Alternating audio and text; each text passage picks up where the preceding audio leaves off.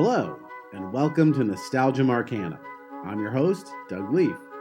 Each episode of this podcast, we'll look back on the movies, TV, games, people, and phenomena that we still love talking about all these years later, and ask ourselves why these bits of pop culture still enchant us today.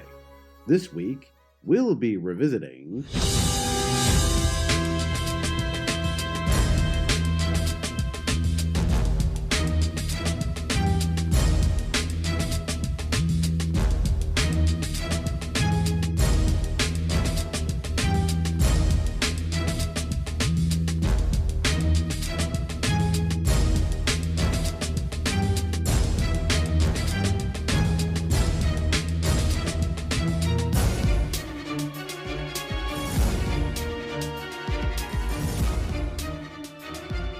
Happy St. Patrick's Day! It's time to pod about a movie that's rather odd. You might think it's a little offendish, so please welcome Dave and Jala Prendes. I love it. Thank you. That was amazing. We're talking about Leprechaun in the Hood. So I'm really glad we're doing this. Jala, of course, from many podcasts of hers. You've got Jala-Chan Place. You're also on Monster Dear Monster, and you're an occasional contributor on duckfeed.tv's The Level. And Dave, I know Monster Dear Monster is your baby as well. So just want to make sure the audience got that so they know where to find your stuff. We'll dip back into that for plugging and stuff later. But this movie, I threw it out to you, Jala. It was like, hey, we're going to have an episode that happens to drop on St. Patrick's Day. Is there something seasonal you'd want to do? And you narrowed it down to Disney family classic Darby O'Gill and the Little People. And this, which is we wouldn't want to do something to offend the Irish, so we'll just offend the Irish, the Black community, and the LGBT community in one fell swoop. Everybody all at once, right? Yeah. So why are we talking about this? We are talking about this movie in particular because the Leprechaun movies were something that I had never watched except for like snippets of Leprechaun in Space. And a bit of this one. And like when I was working at the movie store, this movie came out right about that time. And, you know, this is one of them. So the first Leprechaun and the second Leprechaun were released to theaters. And I think it was after that they went to home video only, like straight to video release, I believe. Or maybe it was after the third one. Either way, they started going to straight to video.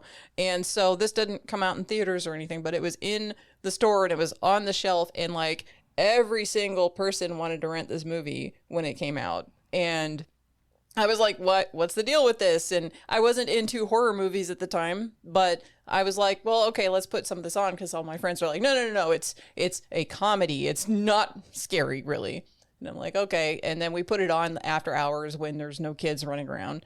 And so I got to catch bits of it when I was in the movie store. And I was like, this is ridiculous. You know, before this, the only movie that I had seen that was like a horror movie that was really super comedy that personally I'd seen was the Killer Clowns from Outer Space.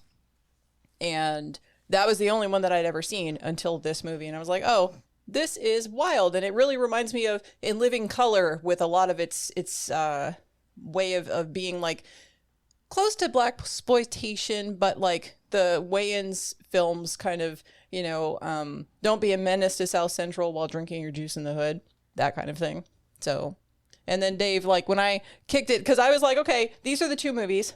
I'm thinking this one. Dave, what do you think? Then Dave's like, Leprechaun in the Hood. So, Dave, you're going to have to explain yourself. Yes, well, you cast the deciding vote here for Leprechaun in the Hood. So, yeah, tell me about your nostalgic memories of this movie and why we're doing this for St. Patrick's Day.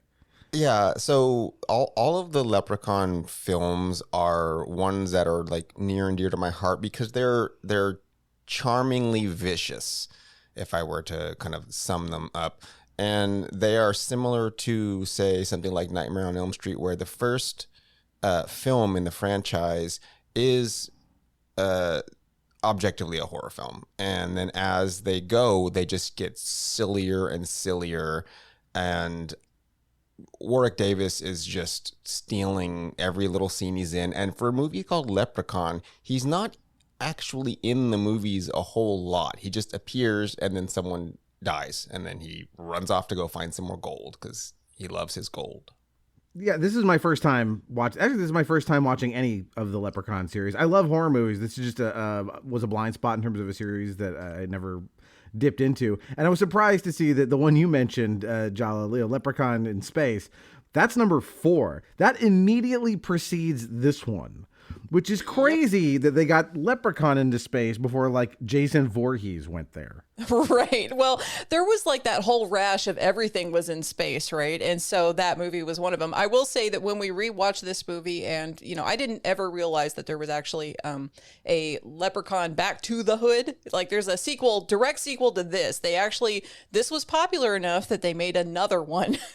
But we got the 7 film collection, all of them that have Warwick Davis in it anyway.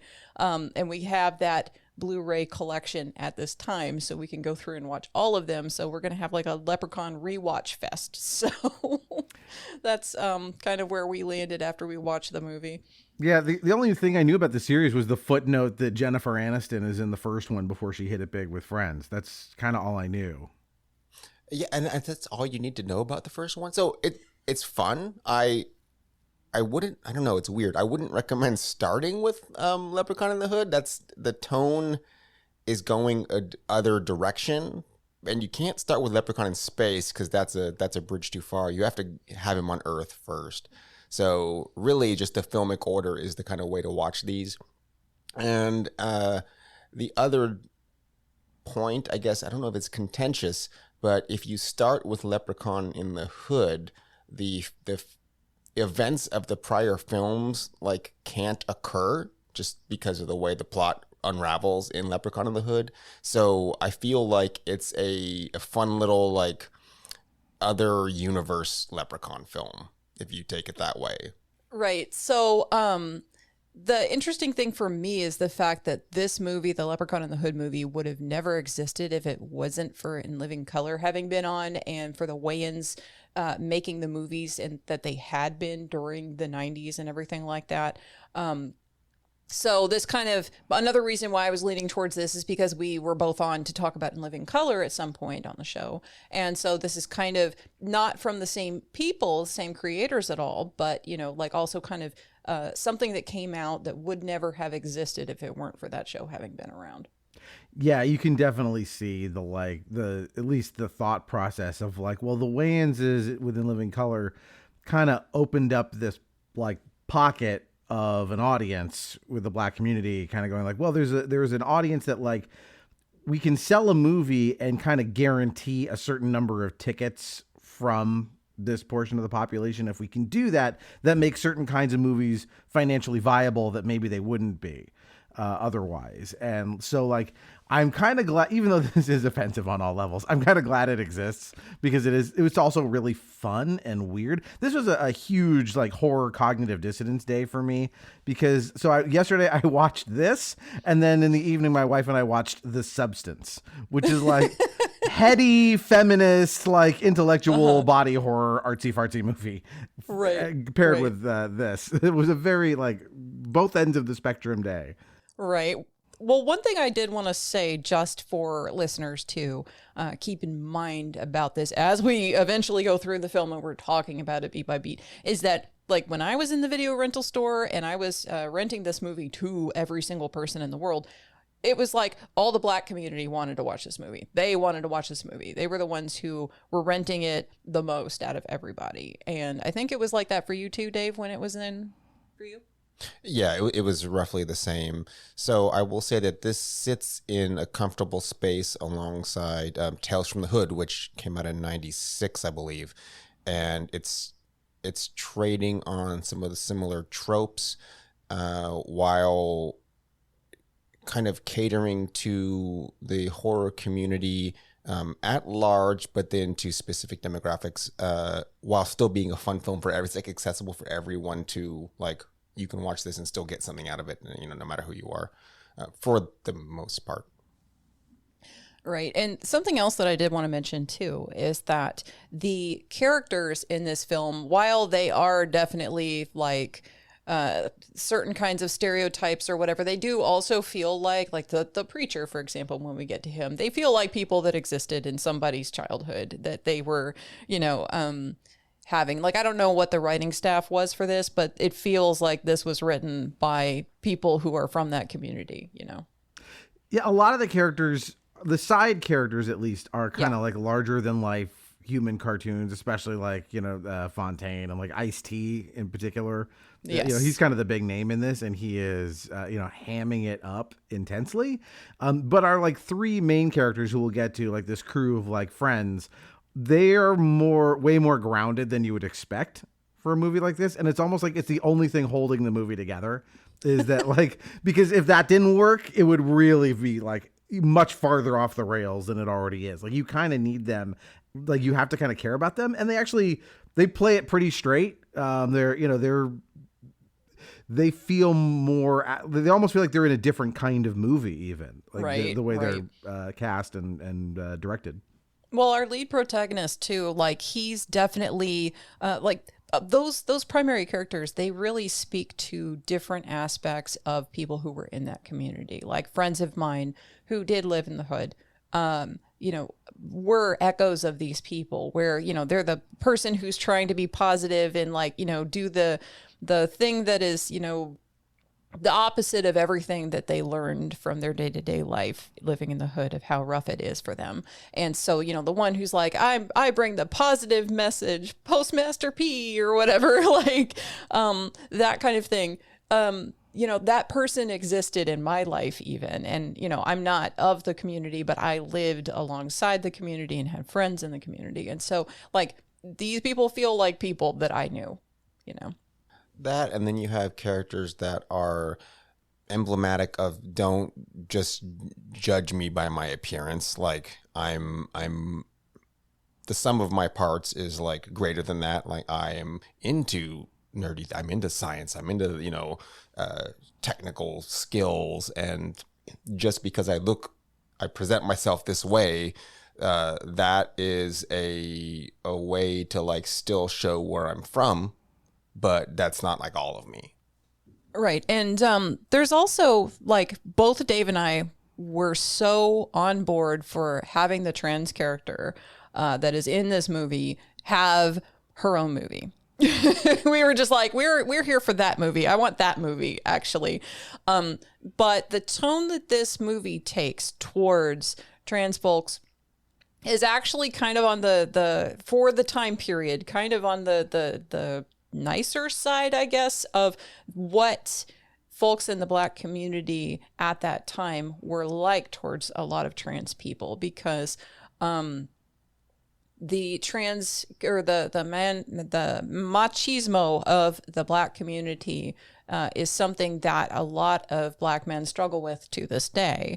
And so, like I've had, for example, not a man, but a non-binary friend of mine who is Black talk about that struggle when they were growing up, and then they were having to deal with, the machismo angle, and how, the expectations when people in society see a Black man, what that means to them, because that's for all intents and purposes what these people see when they see a non-binary assigned male at birth individual. So, it's this whole thing where like it actually, there's a lot of things I see in this movie that I've had conversations about on my own podcast with folks, grappling with these topics. And it's an fairly accurate depiction. And actually, like I said, a little bit nicer to trans people than actually the Black community was at that time, kind of scenario shown.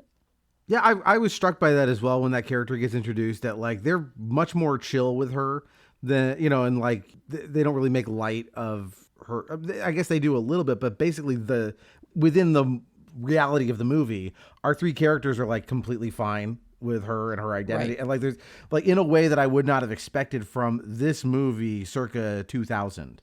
Right. And the thing is that like I think the worst thing that any of them actually do is and this is of course the worst thing, misgendering her.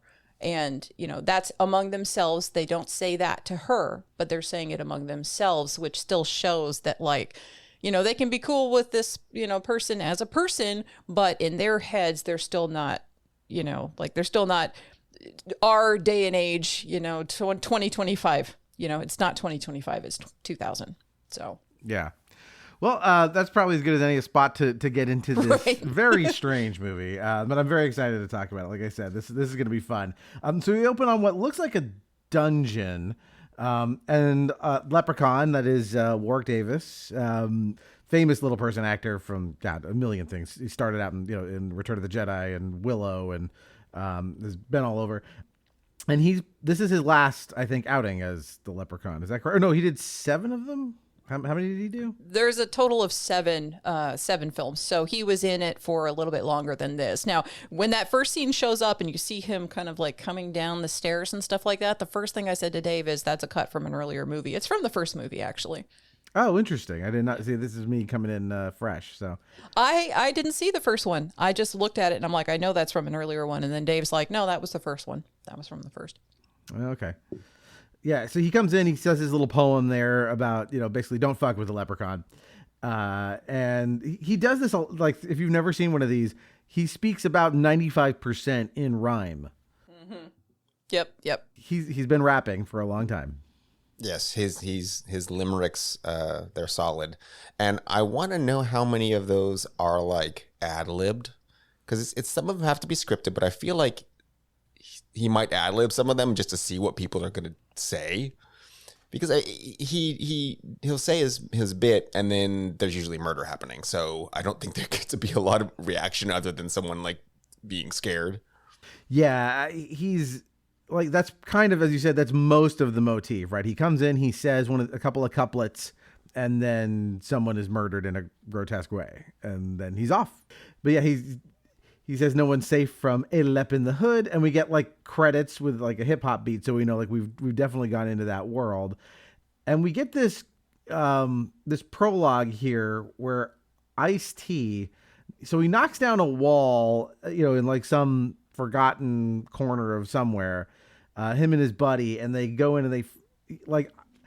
So at first I was like, geez, they're really going for it on the blaxploitation stuff. And it takes a little while to realize, oh, this is supposed to be like the late 70s.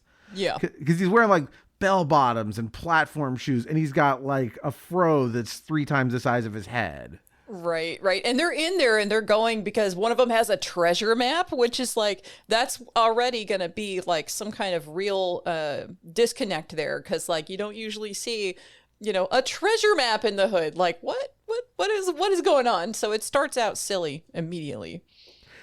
Yeah, and like I said, that's a whole like movie I wanted to see. Like, how did Ice-T learn about the existence of this? Like all of that stuff. We're just shortcutting straight to like, there's gold down here, and what he's particularly after is this flute that the leprechaun has. But leprechaun is just a green statue at this point. Like he's just still. He's still, and he has his bling. There's a fancy looking amulet around his neck, and there's piles of treasure. It's not like a little bit; it's quite a bit of treasure.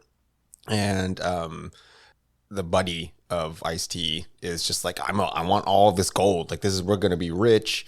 And yeah, it's a kind of a funny moment where you see this like nondescript. It's a golden flute, but it's like a little piccolo. And Ice-T's like, I just want that flute. Like, just get me that, and let's get out of here. And things change for the worse very quickly.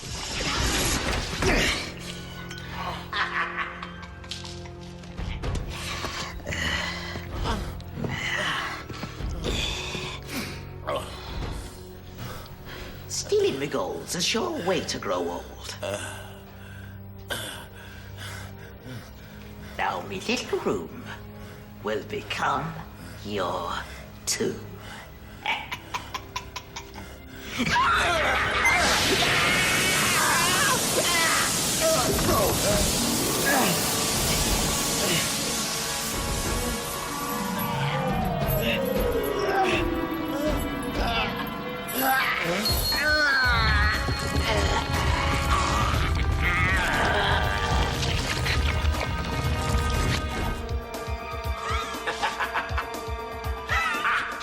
Got your ass. Woo. backup.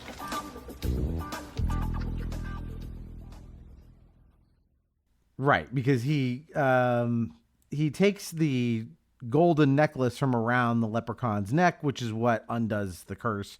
And he wakes up, and this character, Slug, I think is his name, is quickly killed with his own afro pick to the neck, which is nice.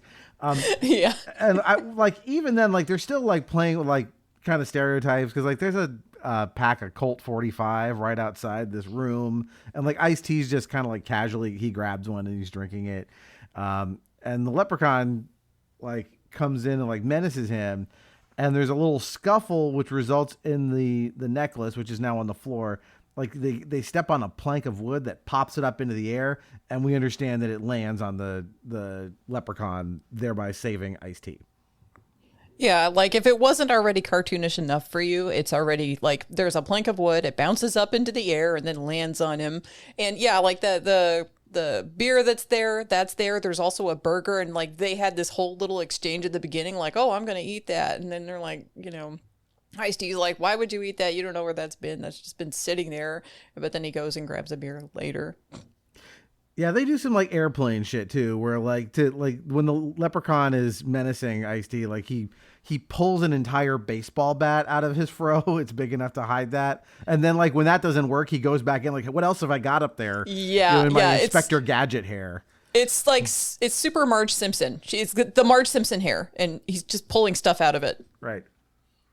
It may be the best scene of the movie, if we're being honest, that he pulls out like 3 different weapons to menace the leprechaun from his fro. And it's very good. And he's not taking any guff. Like he just watched his buddy get, stabbed in the neck. And then he's just like, no, I'm not about that.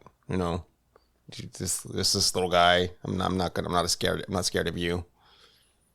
Yeah, and I like what you mentioned, Dave, about the flute being kind of nondescript. It's very much like almost, like Aladdin's lamp. Like it's the least fabulous looking bit of treasure. It's just a gold tube. Like there's nothing. Yeah, it's very Holy Grail coded. I mean, you pick the least assuming of them. Right, and we don't know why Ice-T wants the flute so bad yet, but we'll find out a little later. But he's obviously thrilled. He got away with what he wanted to do, and we cut to like shots of the neighborhood. We'll later find out this is Compton, California, and we see the group auditioning. There are 3 friends who will come to learn. It's so you've got Butch, who's the DJ, and then you've got our 2 performers who are Stray Bullet and Postmaster P. Postmaster P is kind of the leader, and like they've got a very positive message in their song, which is like very quaint, almost like you get this like late 80s and early 90s hip hop, like the sound of it. It's very just like a rip rap a doop dap dap a doop dap dip it do. Like it's very right. Like it's not what you would hear in 2000. Right, exactly. And again, like that character at first it's for laughs, it's set up for laughs, but like the character of like Postmaster P, he himself, he's trying to break out of the more negative situation that he finds himself in. And as the story continues, because of his loyalty to his friends, then that kind of breaks down, and we'll get there eventually. But, that kind of situation also feels really real and like something that you might see in real life. I can appreciate also that they're trying to enter this competition in LA or Las Vegas, and they're self-aware. Like they understand that the music they've chosen to do isn't that great, but it's still the message that they want to do. So like they have talent to do other styles of rap, but they've chosen this based on the message, even if it's not like winning over any judges, because they're just not fantastic at presenting that. The other thing that I really, really like is it goes the entire movie. They change outfits like all the time.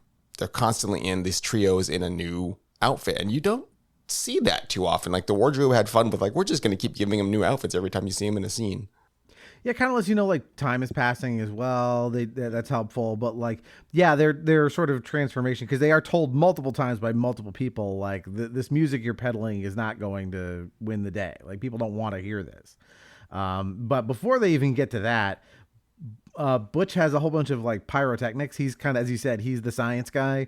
That this goes horribly awry. There's a huge explosion, and so the auditioners basically tell them to get the fuck out. And they are now in a quandary that they will be given one more chance to audition, but now they've got to come up with the money to replace the equipment they've destroyed so they can get back in the game. Right. And so that leads us to our first like nonsense situation with the wild tales that they spin, and then introducing a lot of other minor characters, or at least a couple of them.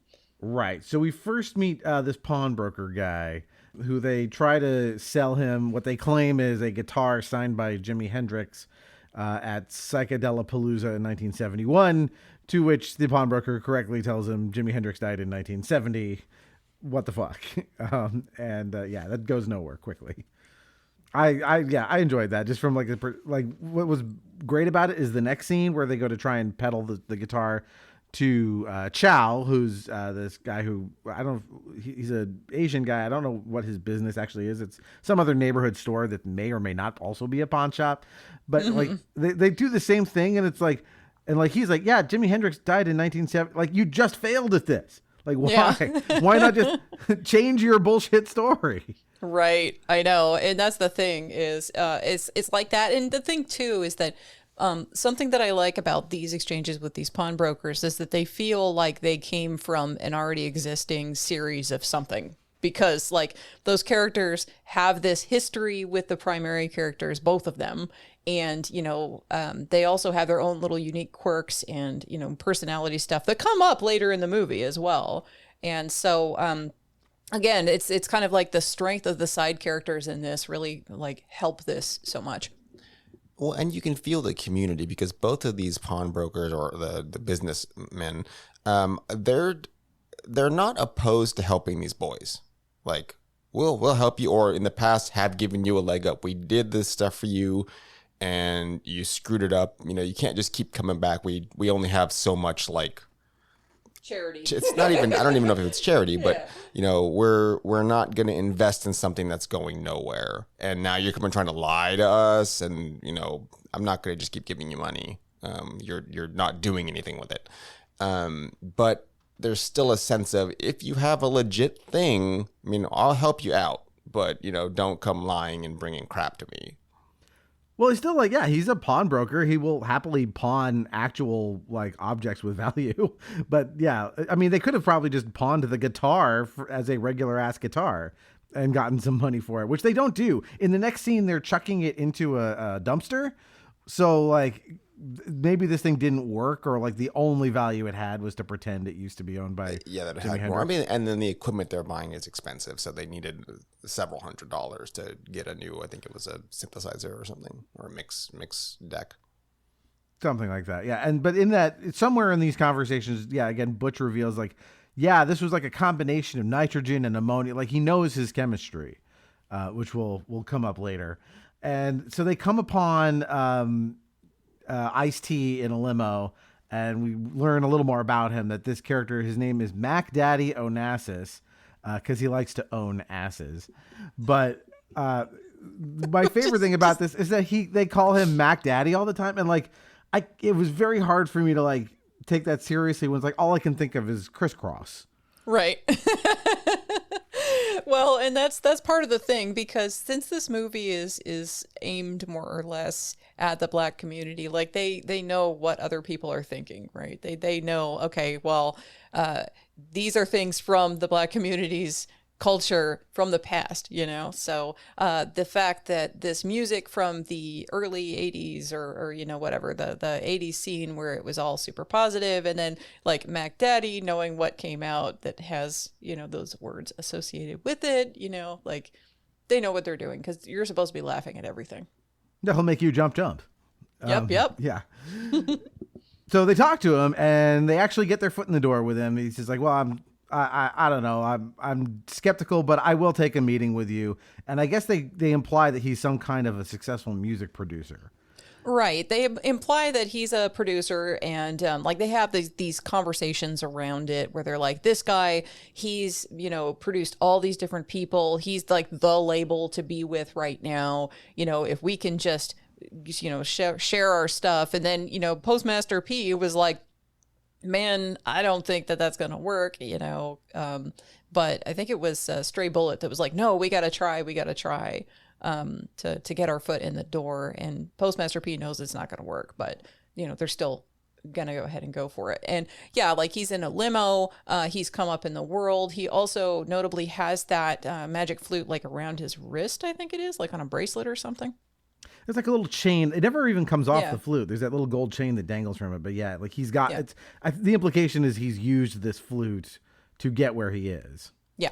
Yeah, and so this is another part of that self-awareness that the boys have, where they go and do their presentation and like, we'll sing our song, and like it's not going over well, and they can see that it's not, but Postmaster P is like adamant on this. I have to get, this is the message I want to do. I don't want to sing the popular rap that's going to do. Like, we know that would do numbers, but then that's not us. Like, that's not our message. And it just kind of goes south from there. But it's just really the fact that they're aware that their stuff kind of sucks, but they still push on it anyway. It's wholesome. It's like nice to see that they're willing to like burn their bridges to stick to their principles, at least at this point. As long as those principles don't include telling the truth to the pawnbroker. Well, that'll actually come up later. Yeah. Right. But so a couple of things about this scene in Mac Daddy's office, which is one, you see the leprechaun statue. It's in a big glass box. So it's there. And yeah, he has that discussion. He listens to the music and he tells them, yeah, this is, I believe the word is quote whack. He doesn't go for wiggity whack, I'm afraid. So he's not truly crisscross, but he's not the true Mac Daddy. But he basically tells him, he gives him the same advice, which is like, come back here with something else, and maybe there's something I can do for you, which leads to them, debating amongst themselves later, should we sell out or not? He basically just, when they debate it, he basically tells them like, get the fuck out. There's no second chances. This was it. You blew it. Like immediately, like they lost it.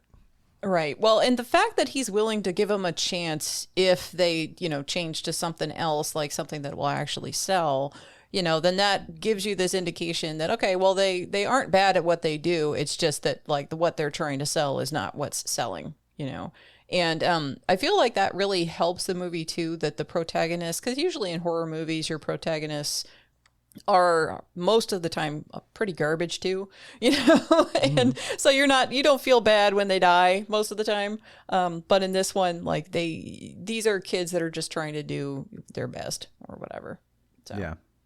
I will say that that's a through line with this film. It's like, for the most part, the tertiary or the secondary characters and the primary characters in this, they're caricatures, but they're still likable. And this is one bit of the genre where it's like, actually, I didn't want to see several of the people that don't make it. It's like, oh no, that kind of sucked all the time. So it builds a lot of goodwill toward the core cast in this, and it's not a slasher where it's like, oh, everyone's just fodder and they're unlikable or they're just an archetype and you don't care. This is like, no, I mean, you get a good sense of like, again, the community in this, and go, okay, everyone's they're flawed. Everyone has their flaws, which makes them more sympathetic. And to see them like be killed, and it's not specifically due to greed, because they're just in possession of something that they don't know is like threatening to their life. Yeah, and I think the fact that this is a comedy and it is played the way it is, as cartoonish and stuff like that, is really what saves it from being like, oh man, I'm depressed. Like, no, you end the movie and you're like, what did I watch? That's something, all right. Then you remember stuff.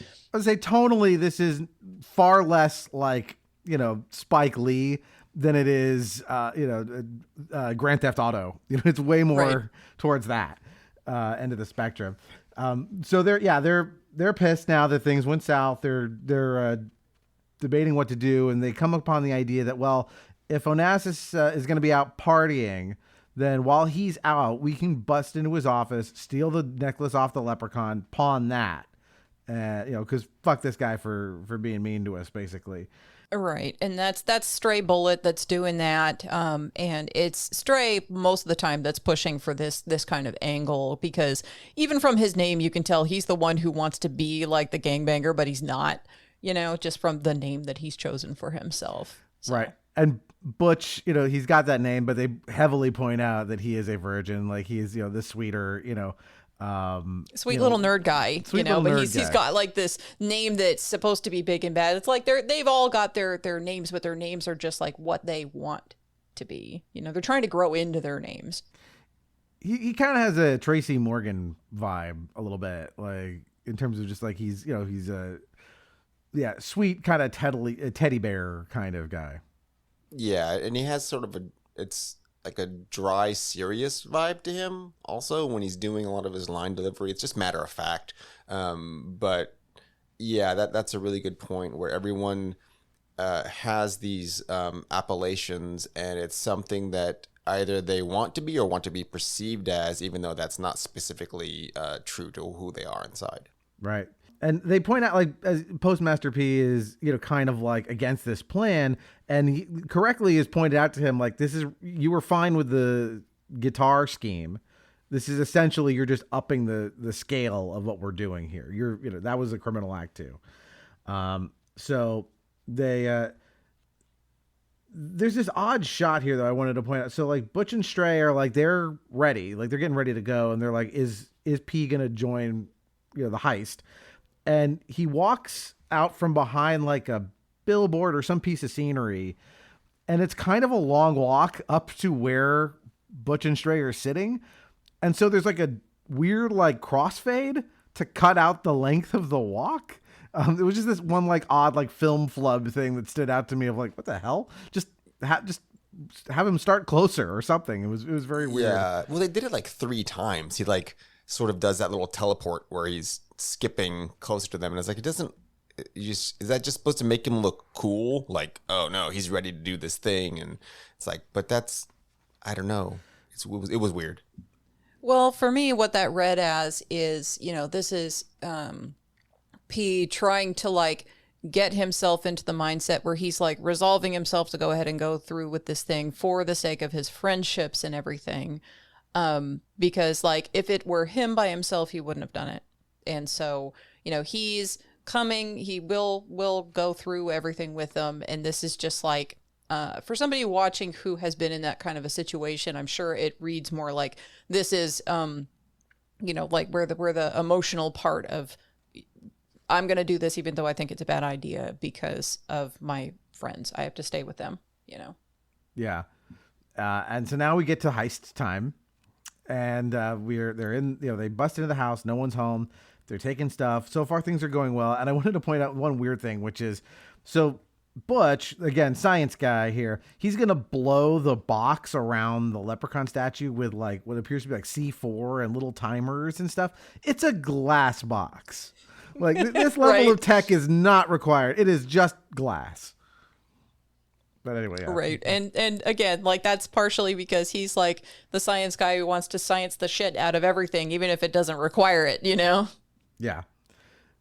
So they take the necklace. P finds the flute, which wakes the leprechaun up, and he, immediately we're back into rhyme time, and we're kind of in this like he's like the genie from Aladdin. Like he knows references that in theory he should not know, because like he name checks Tiger Woods.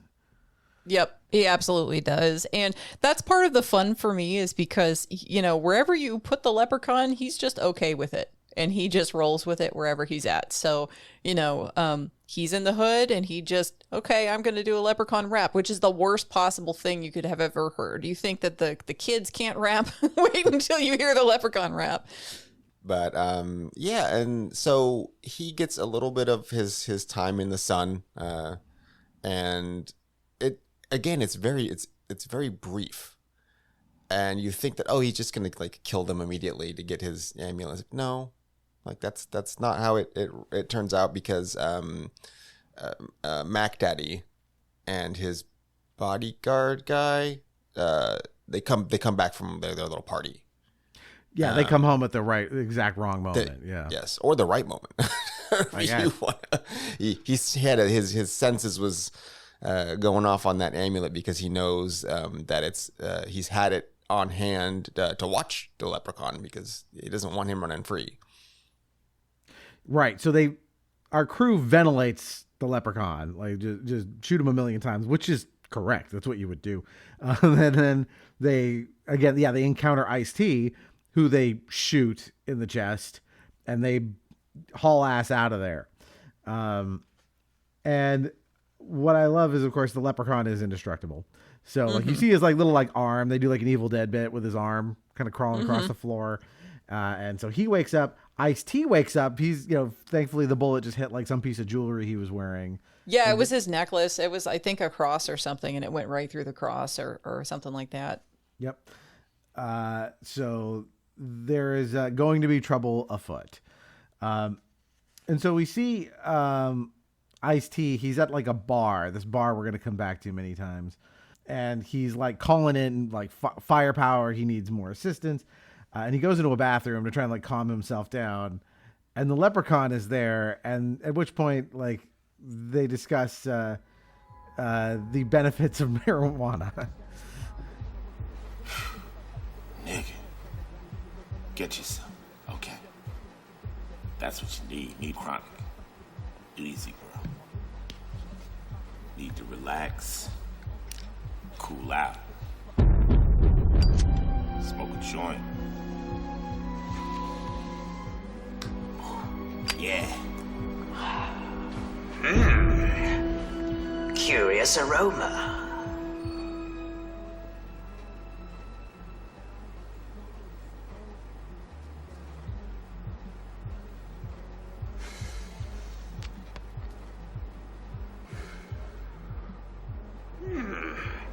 Interesting blend.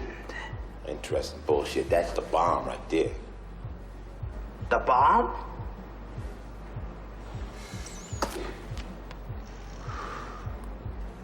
Ah, the bomb. A friend with weed is a friend indeed. But a friend with gold is the best, I'm told.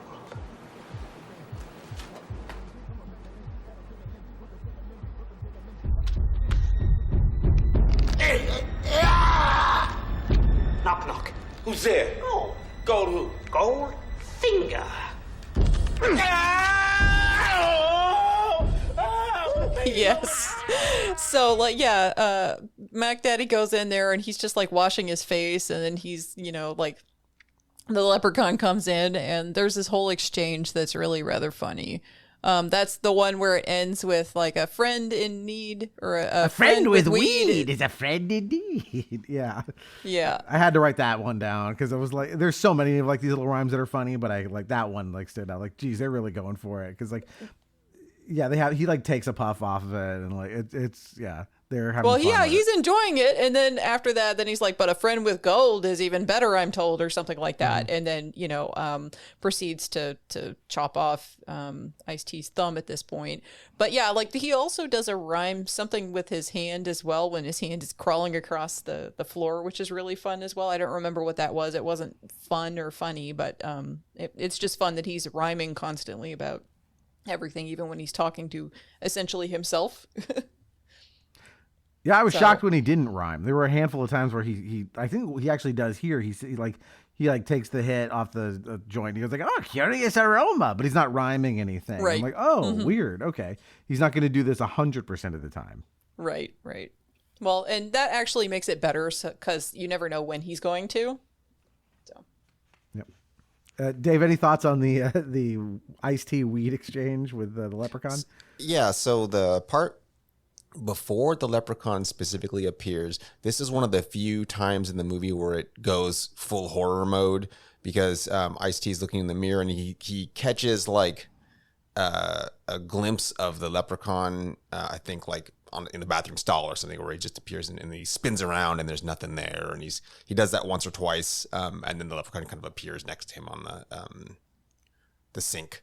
But it's a good like, oh, it's going back to a bit of that scary part. The bathroom is like a Saw bathroom where it's very poorly lit. So I really enjoyed that bit. And then we get into this, like, it's not really I'll do something for you. It's more like, you'll help me get my gold back, or I'll just like, I'll have to kill you. I don't feel like killing you exactly right now because you do have a lead on like who has my gold. I also wanted to point out, too, that the fact that they do share weed at this moment, too, is kind of like important to the Black culture as well, because, you know, like that's a bonding kind of thing. And that's like, you know, passing the peace pipe kind of feel, if you will. It's also a little bit of the comic book, like, oh, the villains are going to team up now. Right. And like the Leprechaun, I don't know if this is a thing throughout all the series. Again, this is my first time watching one of these, but you almost get the sense of like, he might not kill you if you just give him his gold back. He might just leave. You know, he may be okay with you. Yes, and then he also is kind of like the Wishmaster, where I think it's just in his nature to where even if you like if you get the best of him, he might respect you a little bit, but he'll probably still kill you anyway, just because it inconvenienced him. Just by you existing and like opposing him. But we'll see as the movie goes that like that, you know, may not be the case. This might be not just a one-off exchange. Yeah, well, I mean, for like actual folklore leprechauns, that is a thing, right? You catch the leprechaun, and the point of catching one is that he will grant you a wish in exchange for you letting him go. And so they don't really play with that much in this movie. I bet they do that especially the earlier ones. In the first two, yes. Yeah.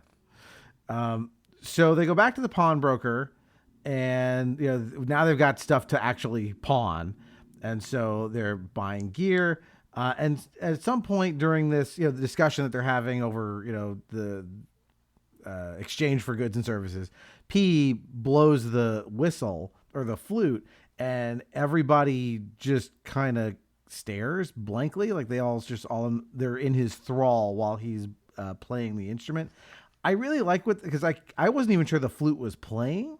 I thought that was actually kind of a clever touch. Like it doesn't sound like, you know, a piccolo, like you said. It's just this like weird hum, this otherworldly, just sort of like. Yeah, and it's something that as the movie goes, they will play around with that a little bit. But the blank thrall stare is everyone's pulling it off really well, because they kind of stare off in the distance, but it's like they stare slack jawed. Like if you left them there too long, they may start drooling. Like it's not not something you want to do to your friends. Right. Yeah. They're motionless. They're literally just blank stares while he's blowing this thing. So they go to Chow's to get party supplies. They want to celebrate their good fortune, and Chow wants to dance in their rap video, and this is very much the like, he's not white, but we're gonna do the white guy dances poorly trope, which is actually still kind of fun here. And but then he blows the flute again just to kind of confirm that it actually did do that. And now that we've done it the second time, we know exactly what this flute does and why it's important. Right. And it's funny, too, because Chow is essentially a friend of theirs. And so it's kind of like, oh, when you might possibly make it big, everybody suddenly remembers you and wants to get in on the action. It's really like, you know, your old uncle wants to be in your music video kind of feeling to it. I assume that's how that guy got into Arrested Development, that one guy who's like, you know, 80 years old. I'm not sure what he's doing in the band. Right. Yeah. But yeah, we get a little bit of Chow like rapping, and he's like, I can be the background dancer.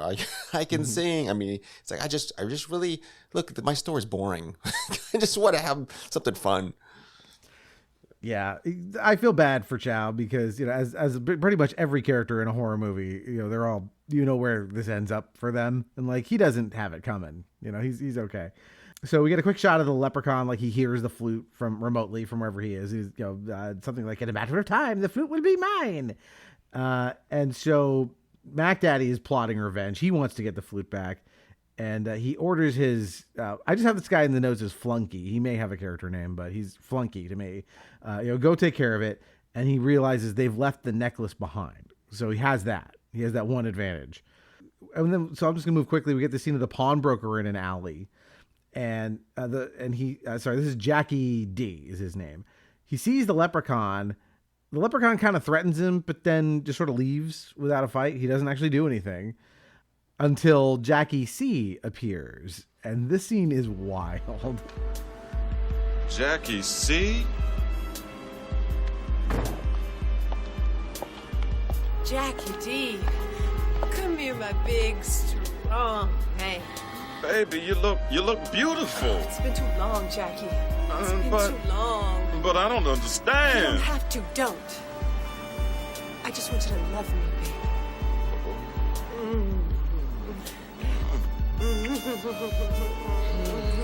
Oh, baby, I missed you so bad. Ooh, Jackie. I want you to just love me. Oh, God. Oh, baby, Jackie, I've missed you so much. I missed you so bad. I can't believe. Jackie. Oh, Baby. oh, baby. Yes, Jackie. Oh, yes. Baby, I missed you so bad. I missed you so bad. Oh, Jackie. Baby, I miss you so bad. I miss you so bad. Oh, Jackie. Love me, Jackie. Love me, Jackie.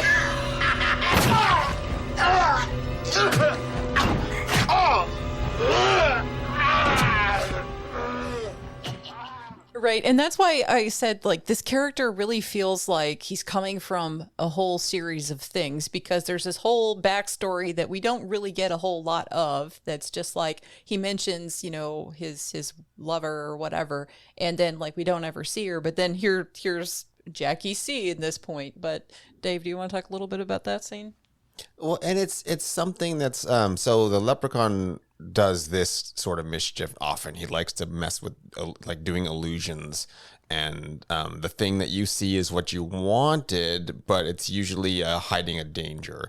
And here, the pawnbroker's lover, we have to take it that she's passed away. He's like, you shouldn't be like alive. Like, what are you doing here? Or maybe she left, or we don't know.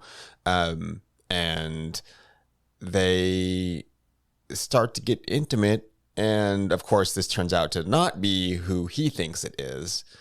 More of that's why I think maybe she had died. He like brought her corpse back. It's a look. Yeah, I think there's at one point there's a hint drop that maybe it was Stray's mom later in the movie, because the blind grandmother says something about like, is your mom still running around with Jackie D? So I thought maybe there's a connection between these two. There's a deleted scene. There's something missing. Yeah. But yeah, so yeah, this is the bit from The Shining, right? He's making out with a beautiful woman who turns out to be a hideous corpse. At first I thought like, oh, the leprechaun is like a shapeshifter here. He's doing this, but he's not. He's like off to the side, like just going, so that was like a kind of like, oh, he really has kind of an unlimited power set. He is the genie. Yeah. So yeah, we just hear killing sounds. We don't actually see what happens to poor Jackie D. P is now watching a party in his apartment. He's just sitting on the roof, kind of by himself. He doesn't feel right about what happened, and that, somebody got killed. And Stray basically comes out and says, hey, kind of, things are what they are. We had to do what we had to do, and it's going to be different from now on. Right up until Mac Daddy shows up alive to threaten them all, demand the flute. He tries to shoot them, but his finger's all fucked up from the leprechaun biting it off. So they flee off the roof. Y'all motherfuckers can die right here, jump. I really don't give a fuck, but you are gonna tell me one goddamn thing. Where's my fucking flute? What flute you talking about, Mac? We ain't got no flute, man. Don't fucking play with me. Where's the goddamn flute? Man, we don't have no flute, Mac. We don't have no flute. Motherfuckers think some bullshit. We don't have Some motherfucking head up. We don't have to do that. Ah, shit! Your fucking finger! Let's go. Let's go, man. Kill those motherfuckers! And that scene was like, as soon as the finger came off, I was like, he's going to try to shoot a gun. I know. Like, as soon as the leprechaun bit the finger off. Because like the leprechaun, we didn't talk about this. The leprechaun bit the finger off because he had a ring, I think. One of the rings, like a gold ring on. And so the leprechaun was taking that from him by biting it off of him. So, but yeah, like I was waiting for that to happen, and they don't just do it the one time. I think it's multiple times in the movie. There's a part where he's trying to shoot at least twice. And it's Ice-T, so he's funny. It was just like, I'm a motherfucker. Like, you can't operate the gun. Yeah. Yeah, it was his index finger that was bitten off. So he has no trigger finger, and he keeps trying to stab it into the trigger, and it's just jamming his bitten flesh in there. Yeah, it's a good humor moment, despite being like, oh, that's horrendous. But again, that's just how this movie works. Is it's nothing in here well, I guess visually might be horrible, but the actual, as a horror movie, it's leaning so much on the comedy that you like kind of gloss over any of the potentially disturbing things that are happening. Yeah, I guess see Gremlins, right? Same kind of like energy of Yeah. like it's gore, but gore with like enough cartoon energy to make it, kind of paper over like the grossness of it. Yeah, it's sort of that maybe Army of Darkness feel where like, oh, this bad thing happened or someone exploded and there's blood everywhere, but oh, it was funny. Well, there's also the fact that he doesn't act like he's in pain. He's just irritated. So like that helps a lot because he's not like, oh, my hand. I mean, like at first he was when it first happened, but like not at this point and not ever again, basically. Right. So as I said, our group escapes by jumping off the roof and landing in a dumpster. And they get to their car and free. They talk about, the metaphysical shit they've just seen. That like the fact that he's still alive, the leprechaun, all of it. And so what are they going to do? Their plan is they're going to grab their gear and basically stay nomadic, so that no one will know where they're supposed to be, so they can't be found, which leads them to Fontaine's apartment. We are just so ready for Fontaine to have her own movie. Absolutely. So. Yeah, this is people don't, you haven't seen it. She is a trans prostitute. And in a way that the boys went there as like, okay, this is our sort of first and last hope. We need somewhere to crash, and we know Fontaine's cool, and Fontaine has no problem with this, and it's just like, you can crash here, just like basically pay rent money because I've got operations to pay for, so it's understandable, and there's no like ill will on either party. And Fontaine's actually like, hey, I want to hear your music, like at least make that part of the payment, play some songs for me. Yeah, and again, like they're weirdly cool with her. Like, she sort of comes on to them a little bit, but basically they're like, hey man, we just want to stay, like I said, there's no hint of like homophobia or any of that kind of stuff. Like they're just totally fine with her. Right. And that's what I was like, oh, I'm glad to see this. And then later on there's some little bit of the discussion between them that's like, come on. That brings it right back to like the actual reality at that time for people. Yeah, you could imagine the temptation to put something in the script of them going like, ew, gross, but it's our last resort. Like there's none of that. There's none of that at all. Yeah. Nope. Yep. We get a quick scene back at Chow's where Leprechaun is like, you see it from his POV, like he's hiding behind some like store shelves, and Chow just sort of comes out and gets choked. Like there isn't a lot of like limerick play here or anything, or be careful what you wish for type stuff. It's just, I'm just gonna kill this guy. Right. Chow probably gets the worst bad end, like of everyone. Gets put into jars, like display jars. It's rough. It's like, okay, you didn't know that you needed to go that far. I mean, he didn't even know that he had your gold, honestly. He must be able to like sense the gold, is my assumption. That he can, it's been distributed to Chow in some way, so he can sense like where coins are. And I think earlier in the movie, didn't we see like he had something in those jars that was like, I don't know, it was like pig's feet or Right. It was some kind of like animal product that he was selling as well, possibly for like Chinese medicine reasons or something like that. So, because like it doesn't look like it's like a supermarket or anywhere that you would eat, you would get food from per se. But I don't know. Chinese medicine was where my mind went. But yeah, and I also like the fact that when they are on Fontaine's little patio area, that you have that other neighbor that's like, shut up, and just yelling at him in his robe from above. I'm like, this is so apartment living for real. Oh, it's like 10 o'clock at night. It's like, people are trying to sleep. You're out there playing music out on the balcony. And it's fun. It's just like understandably grumpy old guy screaming at them. Like they should also, not be, that is way too late to be blasting their music. Yeah, he's not wrong. Yeah. He's not wrong, but it is funny still. Yeah, he is correctly aggrieved. Yeah, they're doing a concert basically on the roof here or on Fontaine's patio just for her. A neighbor comes out, as you said, and like gives him a hard time, tells him to shut up. P uses the flute, and the neighbor comes around. And the next thing we see is like, we're going to see this concert is going very well with a big audience now, which great for their music career, terrible for people that are trying to remain incognito. So yeah, I'm not sure this was the best choice, but I like that even they're like, at some point they go like, man, we suck. Like they recognize their music is not good. So yeah, we see the body parts in the jars, and they're celebrating their concert success, and P is correctly concerned that like P is not, or Mac Daddy's not going to stop until he tracks them down and gets the flute. And so now we get into some really freaky shit because Fontaine decides, I'm just going to go off to bed, at which point the leprechaun comes in, and Fontaine does not react to the leprechaun the way you should react to the leprechaun.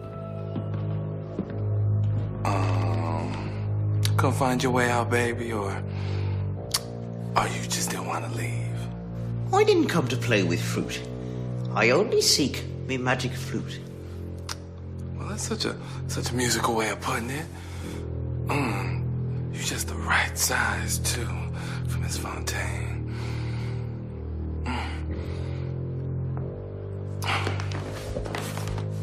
Now, I hope you ain't screaming, because, I got me some company. So get your ass up in there. Don't make a beef. Come on now. You crazy, dog. Man, why do you think Mac Daddy wanted back so bad? Nigga, that ain't no magic fruit, my ass.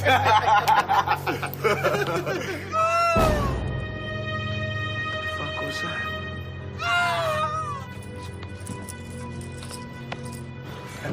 Yo, that's probably just Fontaine having a nightmare or something.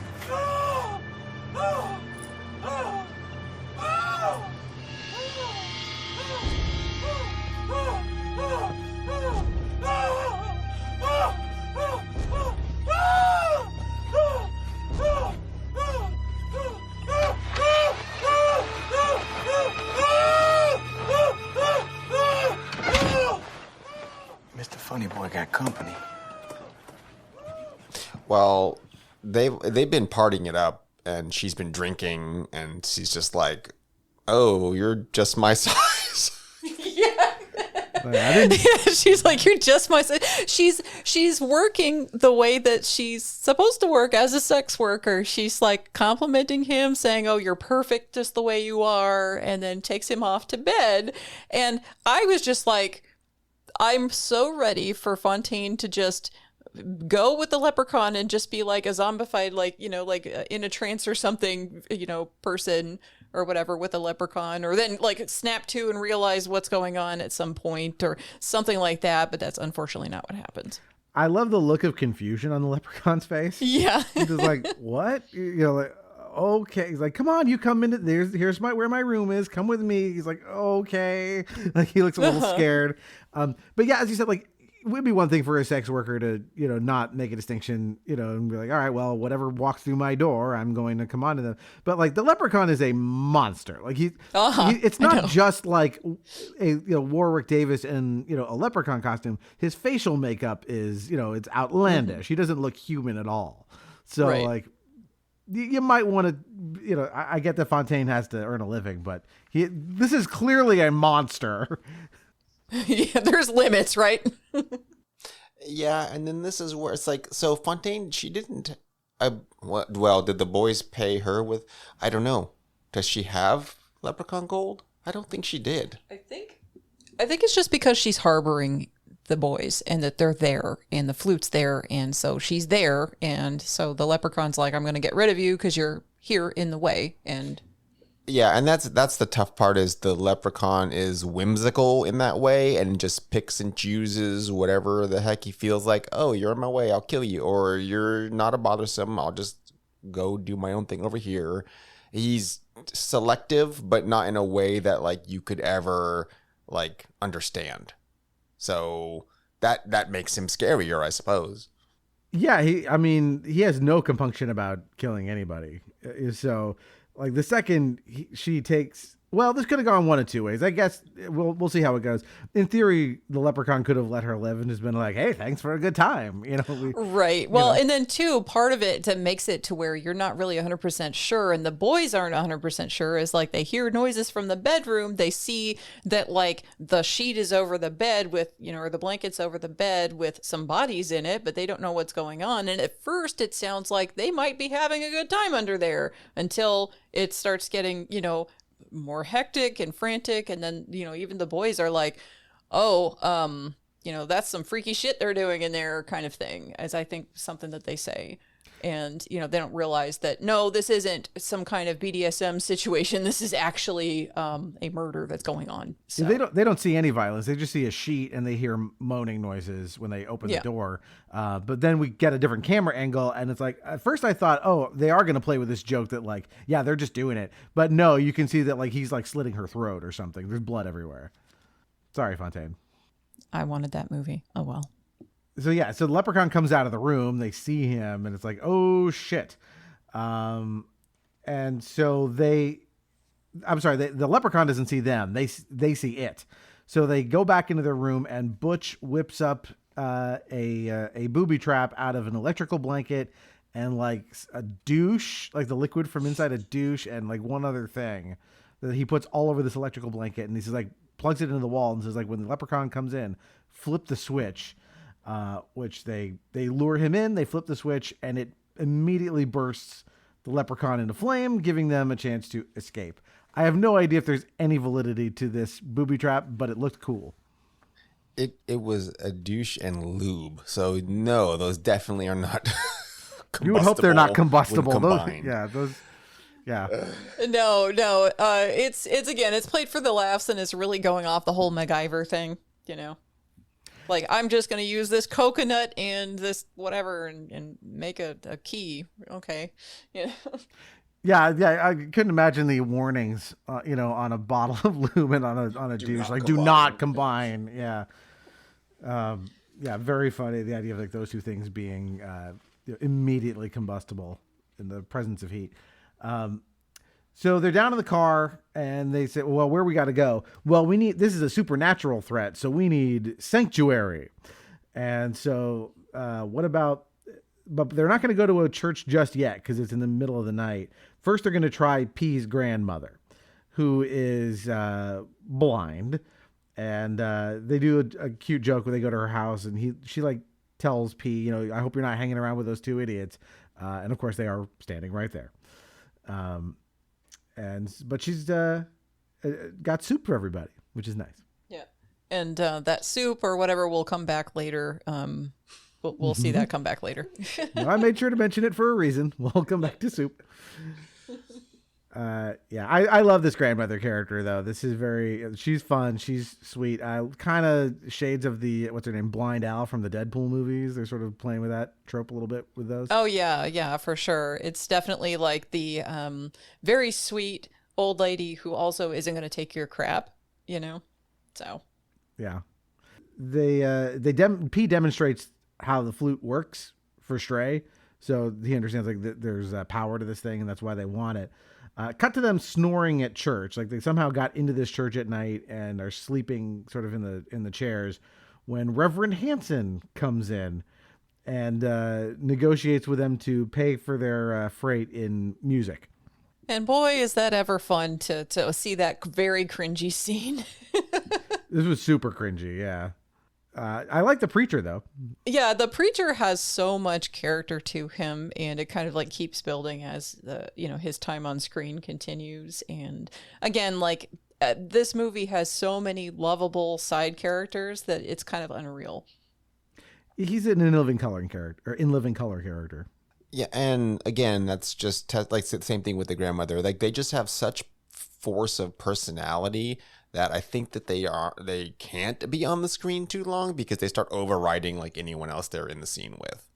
He's a strong flavor for sure. Like he's kind of what you expect, right? He's this bombastic sort of preacher, but he is also like kind of got this like grifty foghorn leghorn thing going. He is definitely corrupt. It feels like his preaching business is like the side thing that he just fell into, or he's like, oh, this is my cover because I'm doing something else. I mean, the church doesn't even look like if you're picturing a cathedral here in your mind. No, this is like the inside of like a trailer, like a portable classroom that you've been in, perhaps. Like that's what it looks like. It doesn't. There's like a cross on the wall and some chairs, and that makes it a church. Otherwise, yeah, there's nothing very churchy about this place. Yeah. Well, and again, that's partially because this is in the hood. So in the hood, they don't have money to build big old churches. So you're going to have a church wherever you got the congregation, and somebody will slap a thing up on the wall, and that's where we're going to be for church that day. There are churches and stuff in places, but there's a lack of income to make it into a big fancy. Yeah, but he immediately he'll quote like Bible verses, in an offensive way to get you to do what he wants you to do. This is not a true man of the cloth. Right. He's weaponizing religion at you, and then he's also concerned about when he's doing the passing of the plate, there's very much emphasis on you've got to give. The Lord doesn't like people who don't give money and stuff like that. And he's definitely doing a lot of stuff that makes it pretty clear that he's needing a living here also. So not the altruistic end necessarily 100% there. No. So we cut to the next morning, and now the congregation is there, and the Reverend hypes them up to come out and perform. And they start doing what I've written in my notes here as improvised gospel. They're trying to do some sort of like churchy rap that is way off base, and like they throw in some bad words and stuff. The congregation is not having it. It's Stray that keeps on doing that because again, he's the one who wants to be a gangster. So like he's not going for the parts that are supposed to come after Jesus loves me. This I know. It's like what are you doing, dude? Why are you using these words? Because he only knows his rap community and his wanting to be a gang member kind of thing. So to the point that people get up and start leaving. And, of course, this upsets the pastor. So something's got to be done. And that is blowing the magic flute to make them stay, which works. Everybody's on board. And the song is so good that for no reason, Coolio wanders in off the street playing himself. Yo, that's Coolio. Jesus loves me, this I know. If you don't, I find a hole. His mama's name was Mary Jo. His disciples want some bad mofo. Little ones going out to the crack house. They are weak. Jesus, give a shout out. Try to stay strong, cause we belong to the fold. We gone before long. Jesus loves me, I don't know. Jesus loves me. The hell if I know. If Jesus loves me, then it's my day. We better pray, or he'll make us pay. The Lord's name, I take it in vain. Why don't you, Jesus, stop the pain? Jesus works in a mysterious way. That ain't no answer, I'm gonna do it my way. Jesus loves us, we don't know. Jesus loves us, the hell if we know. Jesus works in a mysterious way. That ain't no answer, we gonna do it our way.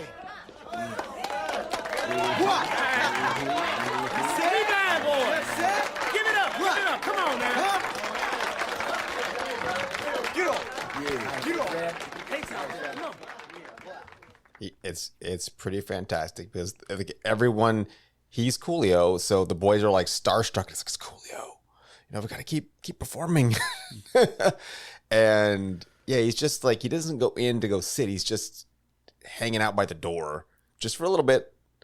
And yeah, it's a fun scene, but the whole time you're going, boys, you understand that you're like not using your own talent to like get ahead. You're literally like cheating the system with this little flute, and that there's no way that can end well for y'all. Well, and the thing that I like about Coolio is that this is not the only time that he makes an appearance in this movie. He pops up a couple of times, and it's Coolio, and that's all that's said. Like, he doesn't say anything. He doesn't interact with people. I was saying, he has not one line. No, he's just there. Yeah. Someone told him, like, hey, Coolio, you want to stand here for 15 minutes? Okay. Like that's what it feels like. It feels like, Coolio was there to see Ice-T on the set in between takes and stuff, and then he just decided to wander in, and they just threw that in the movie just for the giggles. Yeah, I was going to say, Ice-T, if Ice-T wants to call in some favors, he certainly has people in his Rolodex there that he can call. So that may be how this came about. But it's very funny that, like, they get through all this trouble to go, like, first my brain had to go, like, is that Coolio? And my brain, nobody looks like that guy. Like, he's very distinctive looking. And then they have one of the characters literally call out, it's Coolio. Because I wasn't sure if he was going to be playing a character or, or what. But, like, no, he's himself. It's very strange. So where are we? Coolio. There we go. Coolio. So, yes, the rap is going well. And they're now talking about, this is why Mac Daddy wants this flute. This is the key to everything we ever wanted. Butch says, well, it's the key to our coffin. Because a car pulls up, they go racing upstairs, knowing like Ice-T's about to come in there and kill them. Unfortunately, Leprechaun also shows up at this point, which leads to this scheme where what they're going to do is they have this big safe in the room that the preacher is using to store all of the donations that he receives.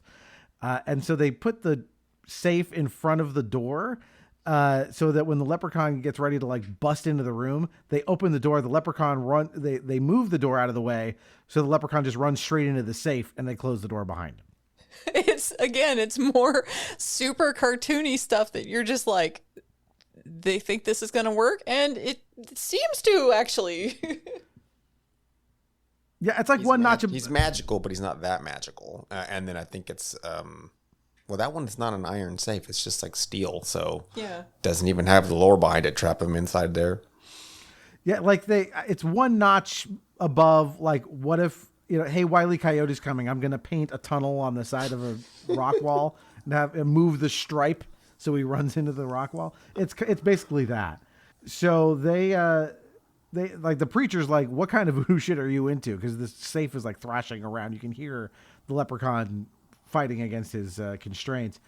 But they basically leave and tell him like, well, you're supposed to be the one who fights the devil, preacher. So you just keep him in there until we come back for him or figure out what to do next.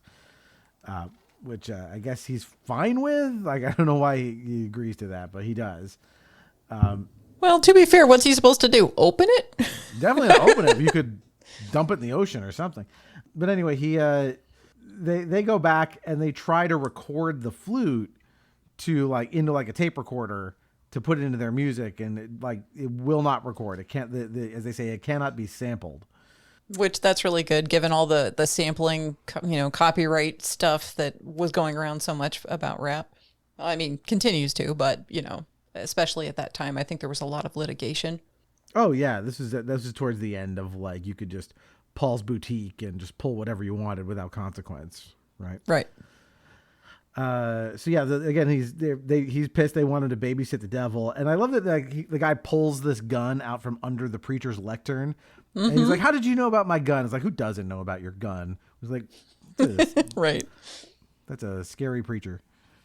He's a preacher that lives in the hood. He knows somebody's going to come and attack him. He has to protect all that money. Yeah, I guess so. So we got to inside the safe, and the leprechaun decides to summon from the netherworld his zombie fly girls. Like there are sentences in this movie that are just on their own, like amazing little short stories. And again, like the Fly Girls, and I know that like Fly Girls is like a thing that wasn't just in Living Color, but immediately that's where my mind went to. I was like, yeah, the Fly Girls, you know, where's J-Lo? I know, and that's what we were debating before they showed up. Is like, is it going to actually be some of the Fly Girls? Because that would be great. As far as I know, none of them were on In Living Color, the girls we see, but no, I didn't research it. So P and the crew, they go back to their audition, their chance to redeem themselves from when things went wrong at the beginning of the movie. And thanks to the power of the magic flute, things go well. The song they do here, this Hit the Ground Running song, is much harder in the way it sounds than their skippity-doo positivity thing from the beginning. So they think everything's going great. And then one of the Fly Girls, kind of the main one, comes up to Hanson, comes on to him, and I love that like he immediately goes into like gross molesty preacher mode, which is like what Jesus said, lay hands on. I forget what he says, but it's one of those things where it's like, I'm going to use a Bible quote to justify having sex with you. Sweet Jesus, another sinner. Come, my child. Come and let me lay hands upon your sinful creature and pass on to you the blessings of the Lord. Do you have the gift of healing, Reverend? Oh, yes, my child. Indeed, I do. But my specialty is the gift of tongues.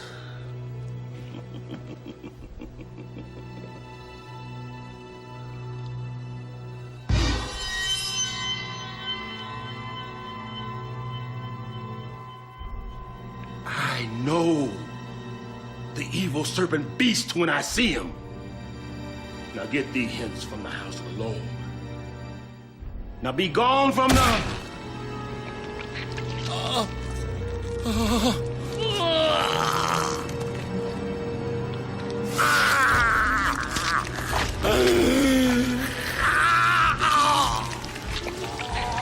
Praise be, good Reverend. Now give up me golden fruit.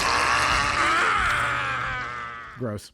Right. He's just like, oh, you're a lost lamb. You need, you the gift need of the tongues. power of the Lord. Yeah. Yeah. So.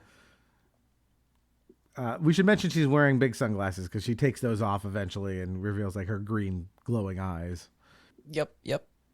Yeah, that was something where I was wondering if all of the Fly Girls were going to be like that gooby creature that we saw earlier, but no, they're like ensorcelled women, like that may be possessed by the netherworld spirit of the Fly Girls.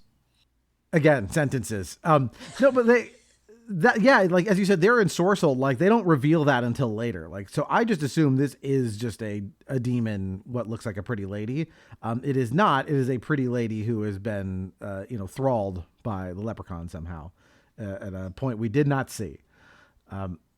So we've got our crew. Their performance went well, and they're backstage when Barry Grady from Dope Disc Productions come in. This is like the one white guy in the movie. Is the record producer, comes in to tell them they did great. You made it to the Vegas round of the auditions.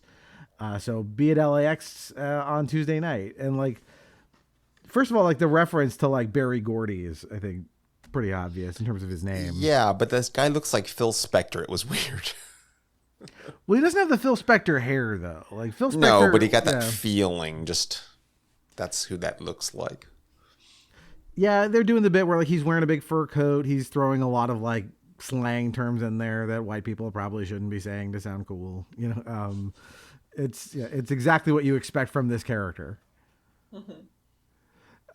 So after they get this good news, the Fly Girls come in, all three of them, plus the Leprechaun, and Stray tries to shoot him, but the Leprechaun has telekinesis, so he just makes Stray shoot at the ceiling. And he just asks for the flute back, and P thinks about it real hard. He hands him the flute back. He gives the Leprechaun the flute to save Stray's life, and the Leprechaun kind of just teases him a little bit. Oh, you thought you were going to be a star. So P advances on him one more time, which unfortunately means Lep's going to use the gun in Stray's hand to shoot Stray himself. Yep, because they cannot be allowed to go living when they took the flute. And, at this point, Stray is the one who incepted the plan in the first place. He's the one who decided that this was a good idea. This is where they were going to go. And, has been pushing for, trying to go forward and keep the flute and this, that, and the other. So at this point, you knew he was going to get it. You just didn't know when. And it's tough because a lot of this has been every time that they try to stick to their principles, like it just goes south. Like it's not working out for them. And when they start to bend the rules, arguably some of it gets worse, but they're able to advance. So that whole like, oh, you've sold out, but then you got where you were trying to go. But, what did you lose along the way? And then this is just showing like physical loss of every time that they try to get ahead. It's costing them, more than just principles. Well, yeah, again, exactly. If P could have just let it go and maybe the Leprechaun would have walked off, but he couldn't let it go. So he pays or Stray, I guess, really pays the price. Yeah. And that's what happened with their first exchange with Ice-T. Mac Daddy. Yep. So they leave Stray's body just sitting in a car somewhere. And he and Butch get to talking, and they decide, well, they don't know. They're just going to go kind of fuck off for a while. They're sad. Cut to Leprechaun and the girls in this like elevator. It's like industrial loft type elevator. And they have a new girl. Does she meet with your approval, Mr. Leprechaun? She's the bomb. A phrase he's heard before. Right. Well, you can't say that word anymore. That's no longer what the youth say. But back in 2000, that sure was fresh at the time. Oh, sure. Yeah. Along with, talking to the hand and so forth. Yeah. But this is his new plan, I guess. The Leprechaun just wants to kind of hole up here and get laid. That's his deal. He's interested in smoking the best weed and then getting laid and creating more fly girls because he doesn't want a giant coterie of fly girls. Well, he's basically living up the life that the boys wanted. They wanted to have, like the luxury life of the hood. And that's what the Leprechaun decides he's going to do now. Yeah, and I think this, again, my inexperience, it seemed like all he wanted was just to get his swag back, basically. I want my gold, I want my flute, I want my, all these things. Didn't seem like he had any greater designs on, world domination or whatever. That's all he wanted was get his gold and fuck off back to Ireland, I assume. Well, he wants to fuck off wherever he's at. And right now, given the fact that he is so whimsical, he's just like, well, this is what they all wanted so much. So let's just relax into this a little bit, Mm-hmm. It's whatever they're wanting. My gold for must be worth it because they took it. They took my stuff, and so I'm going to take the things that they wanted and my gold, because I get to have all of it. I'm the Leprechaun. Yep. Well, now we get a very weird scene. So Leprechaun shows up at Grandma's house. Grandma does not recognize Leprechaun as Leprechaun because she is blind. Although she might notice his very odd little voice and rhyming, but nevertheless, she offers him some soup. Who's that?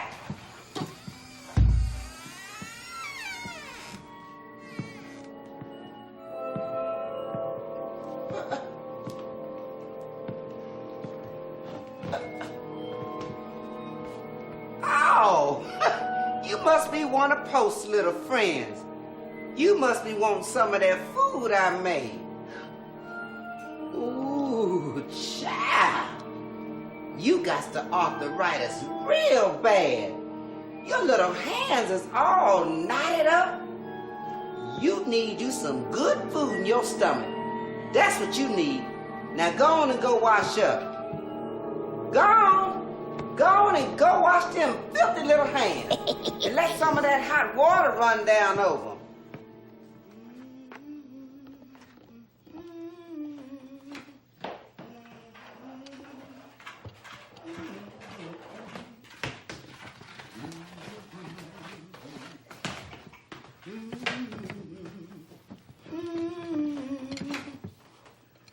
Now I'm gonna feed you on account of your little hands is all knotted up and you can't hold these here utensils. And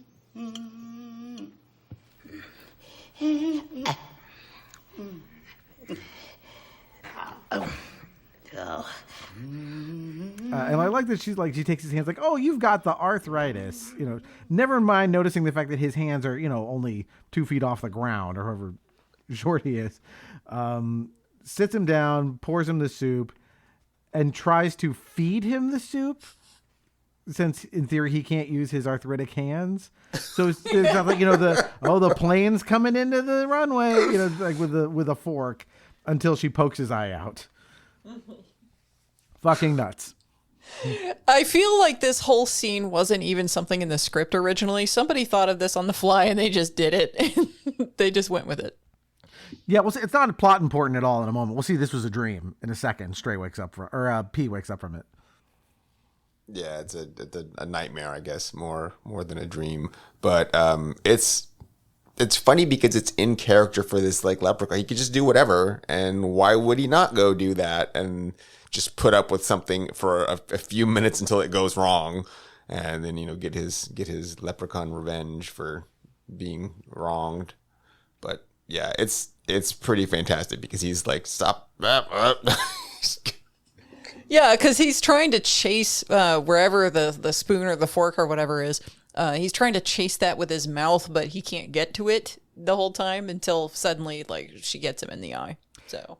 Yeah, I mean, there's all kinds of nonsense here. One, eating soup with a fork is already a fool's errand. But like the look on his face as he's like trying to, again, as you said, catch this food that's in motion, is funny. Also the look on his face of just like, oh man, I'm like 4,000 years old. Why am I doing this? Like that kind of shit of like, this is happening. Again, Warwick Davis, like even under all this prosthetic makeup, is like such a gifted, like little comedian. Like he's so good at all the little subtle things that like a comedian has to, even with all, like I said, all the makeup on. It's very good.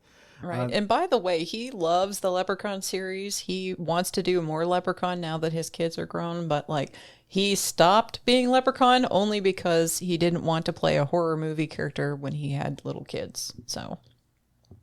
Yeah, that's fair. Moving along though. Well, he's still been working very steadily. He's in several of the Harry Potter films as multiple characters. Like he's been busy. They have been talking about doing a Leprechaun in the Wild West as a TV show. Warwick Davis and some of the others, they have some of the folks who worked on these. So I'm here for it. I want to see Leprechaun in the Wild West as a TV show. I'd watch it. They need to put Bruce Campbell in that.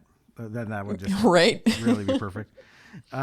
Briscoe County Jr. versus the Leprechaun. Exactly. Yep. So anyway, yeah, P wakes up. This was a nightmare. And he gets a knock at the door, and it's Stray with a big old bullet wound in his neck, which is, of course, a second nightmare. And so he again wakes up, and there's another knock at the door. And this time it's Butch, and he's wearing these like sunglasses, but they have like these big lights on either side of them. And he's basically there to say, I got a plan. We're going to go get the flute back. I'm not sure how the lights factor into anything. They're just there. They're what you use when you're doing like a heist. It's to look at wiring and circuitry while having glasses on. Dave speaks from experience, I see. I don't have a pair of those, but I've seen them. Well, now I know what to use for my next heist. Okay, so he's got a book that's Leprechaun for Dummies, which is, like awesome that someone has written this book in universe. And he basically lays out like they have a weakness. Good. It's a horror movie. We need to know what the weakness is. And it's 4-leaf clovers, which I'm sure came up in the earlier Leprechaun movies. And so they're going to put 4-leaf clovers into weed to aerosolize it and thereby weaken the leprechaun. Brilliant. I mean, that's a solid plan. Good luck finding that many 4-leaf clovers, though. I know, right? So that, but it's still, this is like, again, the cartoon level of nonsense that we're just going to cobble together here for the plan. I say good luck, but we have on the wall here 2 4-leaf clovers that I found. One when we were walking around the neighborhood with our little dog, and I was like, "Look, a 4-leaf clover!" Oh wow! And then Jala proceeds to walk into the backyard and then pick an even bigger one in the same day. Like 30 minutes later, look, I found one that's 3 times the size of your 4-leaf clover. So we could defeat the leprechaun. They are very, I mean, I remember spending a lot of time as a kid trying to find 4-leaf clovers in like, fields of grass and stuff. And they are not easy to find. So that's awesome that you found 2 in one day. So yeah, it's even funnier. Yeah, it's even funnier because Dave's like, I found this 4-leaf clover, and then I find one and it's just massive. It's this huge, huge sucker. He's like, of course you get the bigger one, or whatever. But yeah, so the fact that Butch somehow finds 4-leaf clovers in the ghetto, it's like he's in the hood, and he's finding all these 4-leaf clovers somewhere in the middle of the night. Okay, why not? Yeah, thankfully we cut the sequence as to how they procure all these 4-leaf clovers they're going to need, right. But they have them. And so what are they going to do? They know that the leprechaun is holed up at Mac Daddy's place, and he is luring women in there to do God knows what. I think he says, is he fucking them to death at some point? Some line is said. So how are they going to get close to him? And the plan is they're going to do a reverse Mulan. Is what they're going to do. They're going to dress like women and go on. It's the infiltration from Final Fantasy VII. That too. Yeah. Yeah. I have Operation Tootsie in my notes. This has been done. Mrs. Doubtfire, et cetera, et cetera. So yeah, they're going to dress like women to get in there. And they still know and Ice-T still out there somewhere, who's also still a threat they have not dealt with. And I have to say, too, that the clothes that they're wearing are like from the grandmother's house. So they're like, Butch is wearing like this little old granny, like super conservative dress. And then, P's got like a fancier, sexy dress or something. Right. But both very much out of the time, like the era, very much out of a different era. Well, the plan works pretty well. They get into the club, they get up the elevator, they get right up to the leprechaun who is sleeping. And they wake him up to puff some of this, and they let the leprechaun take a hit, and he passes out. They grab the flute, and they run. So things are going well for now. I like that, like, this is basically, we're kind of coming around to the end here. This is sort of the last sequence of the movie. So they spend the last sequence of the movie cross-dressing. Like, it's an interesting thing to, like, we're going to spend, that's how the climax of this movie is going to take place. Everyone's wearing a dress. Yeah, and it's also interesting because, again, unlike what would happen if you actually had people in the hood and you said, wear your grandmother's dress to go do this thing, they'll tell you absolutely hell no in this, that, and the other. But these boys are just like, okay, and they just kind of go along with it. And again, it's like much more chill than I feel like the culture at the time would have been. So, like there's no comment at all. No comment, no like teasing each other like, hey, you're sexy as a woman or whatever. None of that is happening at all. I think Butch has one line where he says like, you look good for real. But it's, you look good for real. It's not like, hey, you're a sexy lady or, like they're not ragging on each other. It's just supportive. And then they move on and that's it. And there's no more comment about it, No, and the vibe they're giving is like, oh, hey, we're pulling this off. Like, we're making this work. P looks all right. Butch did not shave his facial hair, which is kind of killing the disguise element of this. But yeah, there's a whole thing though with the leprechaun before they get him to pass out, where he's like, basically like talking about going downtown. Pretty gross. I don't know if the leprechaun wants to go down on Postmaster P or the reverse is what the leprechaun wants, but either way, no leprechaun genitals should be exactly. It's just like if we already know what the monster's face looks like, we don't need to see all the rest of it. I mean, although like they just recently put out Nosferatu, and that's lots of monster junk if you really want to see it. But so yeah, warning for the Nosferatu movie that just came out, which is a good movie, but full display junk. I did not know I needed to see Bill Skarsgård vampire junk. You didn't know you needed to until now. Yeah. They come down to the elevator, but immediately there is gunfire as Mac Daddy enters the picture, and Butch takes one in the chest. And, he asks, is there pussy in heaven? I think is what he says. Which, of course, there is, or it wouldn't be heaven.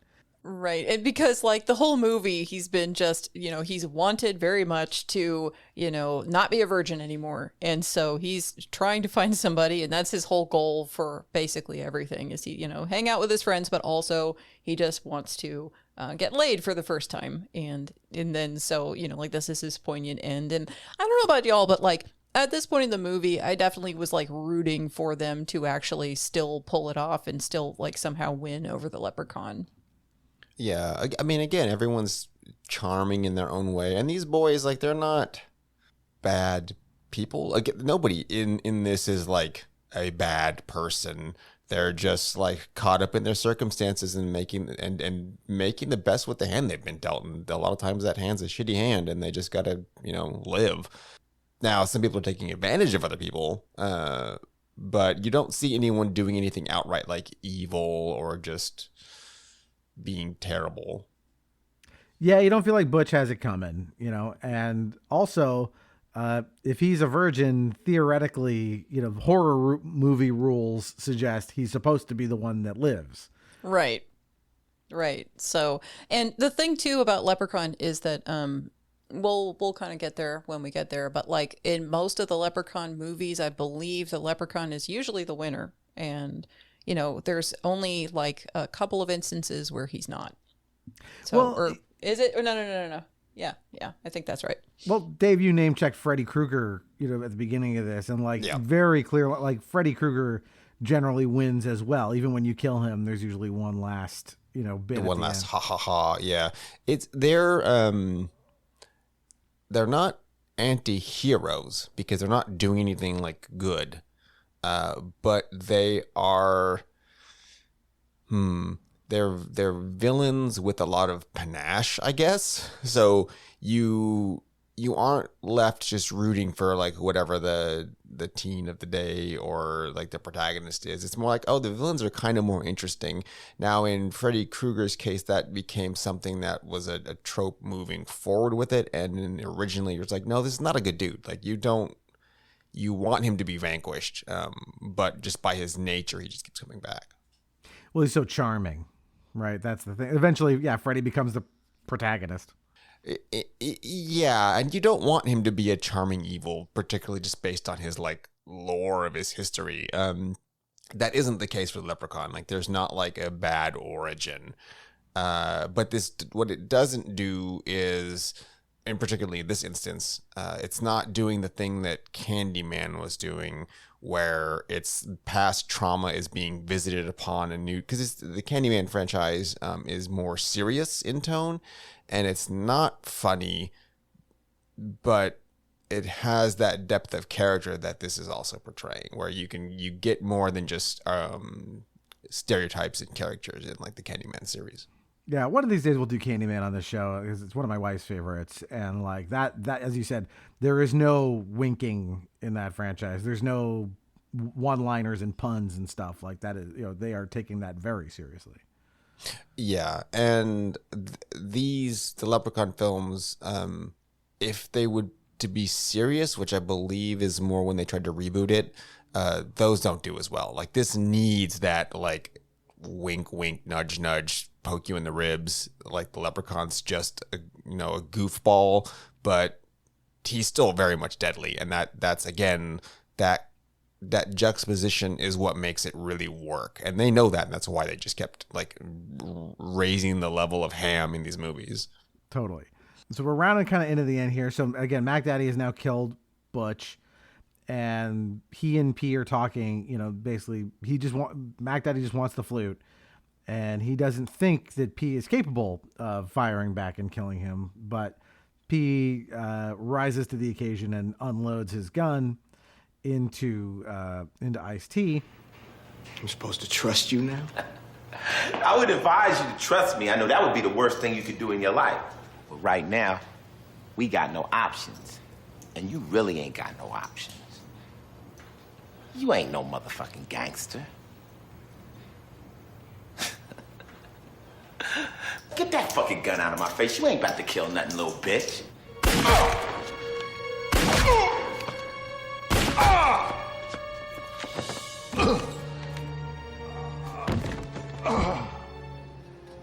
At which point the comes down the elevator behind him and telekinesis is P up against a pole.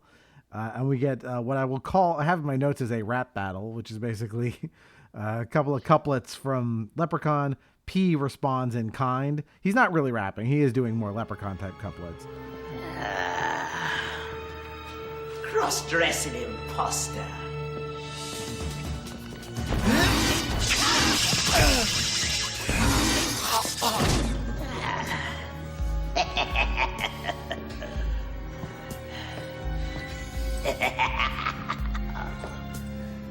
For a fool of mine, you've done quite well. Now I'll take me flute and send you to hell. If this is to be post-last stand, you'll have to take this flute from me cold dead hand. I'll take it from you, homie. You'll see. 'Cause you know the Lep is the real OG.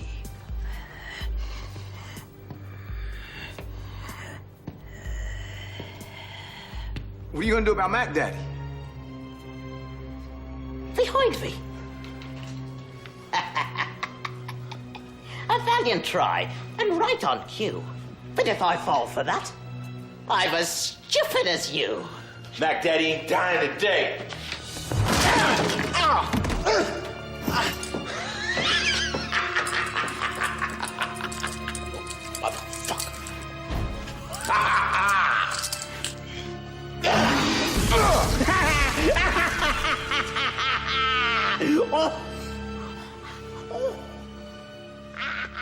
And he does the thing like, well, Mac Daddy's right behind you.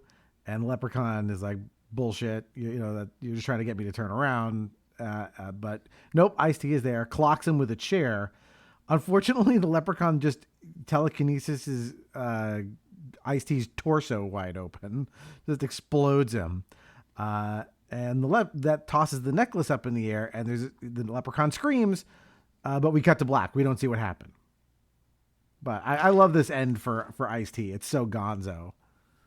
Right. And it's a lot of fun because like they had done that same trick of the Leprechaun's behind you, and you know, like P had done the same thing and told the truth to Mac Daddy, and the Leprechaun had been behind him at some point earlier in the film, and you know, Mac Daddy didn't pay attention, and you know, then of course got his because the Leprechaun was right there. So like they do that same thing a couple of times, and it's funny because in neither instance did anybody believe him.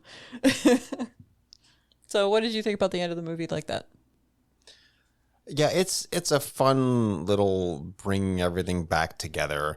Again, as you mentioned, they're retreading some of the same ground, but it works. It works in the way that this film has been doing, like a lot of little cycles. Like that's the thing, is Leprechaun loses his gold, gets trapped, and gets freed because people are greedy and they want the stuff, and then it has to just keep continuing because that want of gold doesn't stop, depending on whether it's the Leprechaun or the people involved.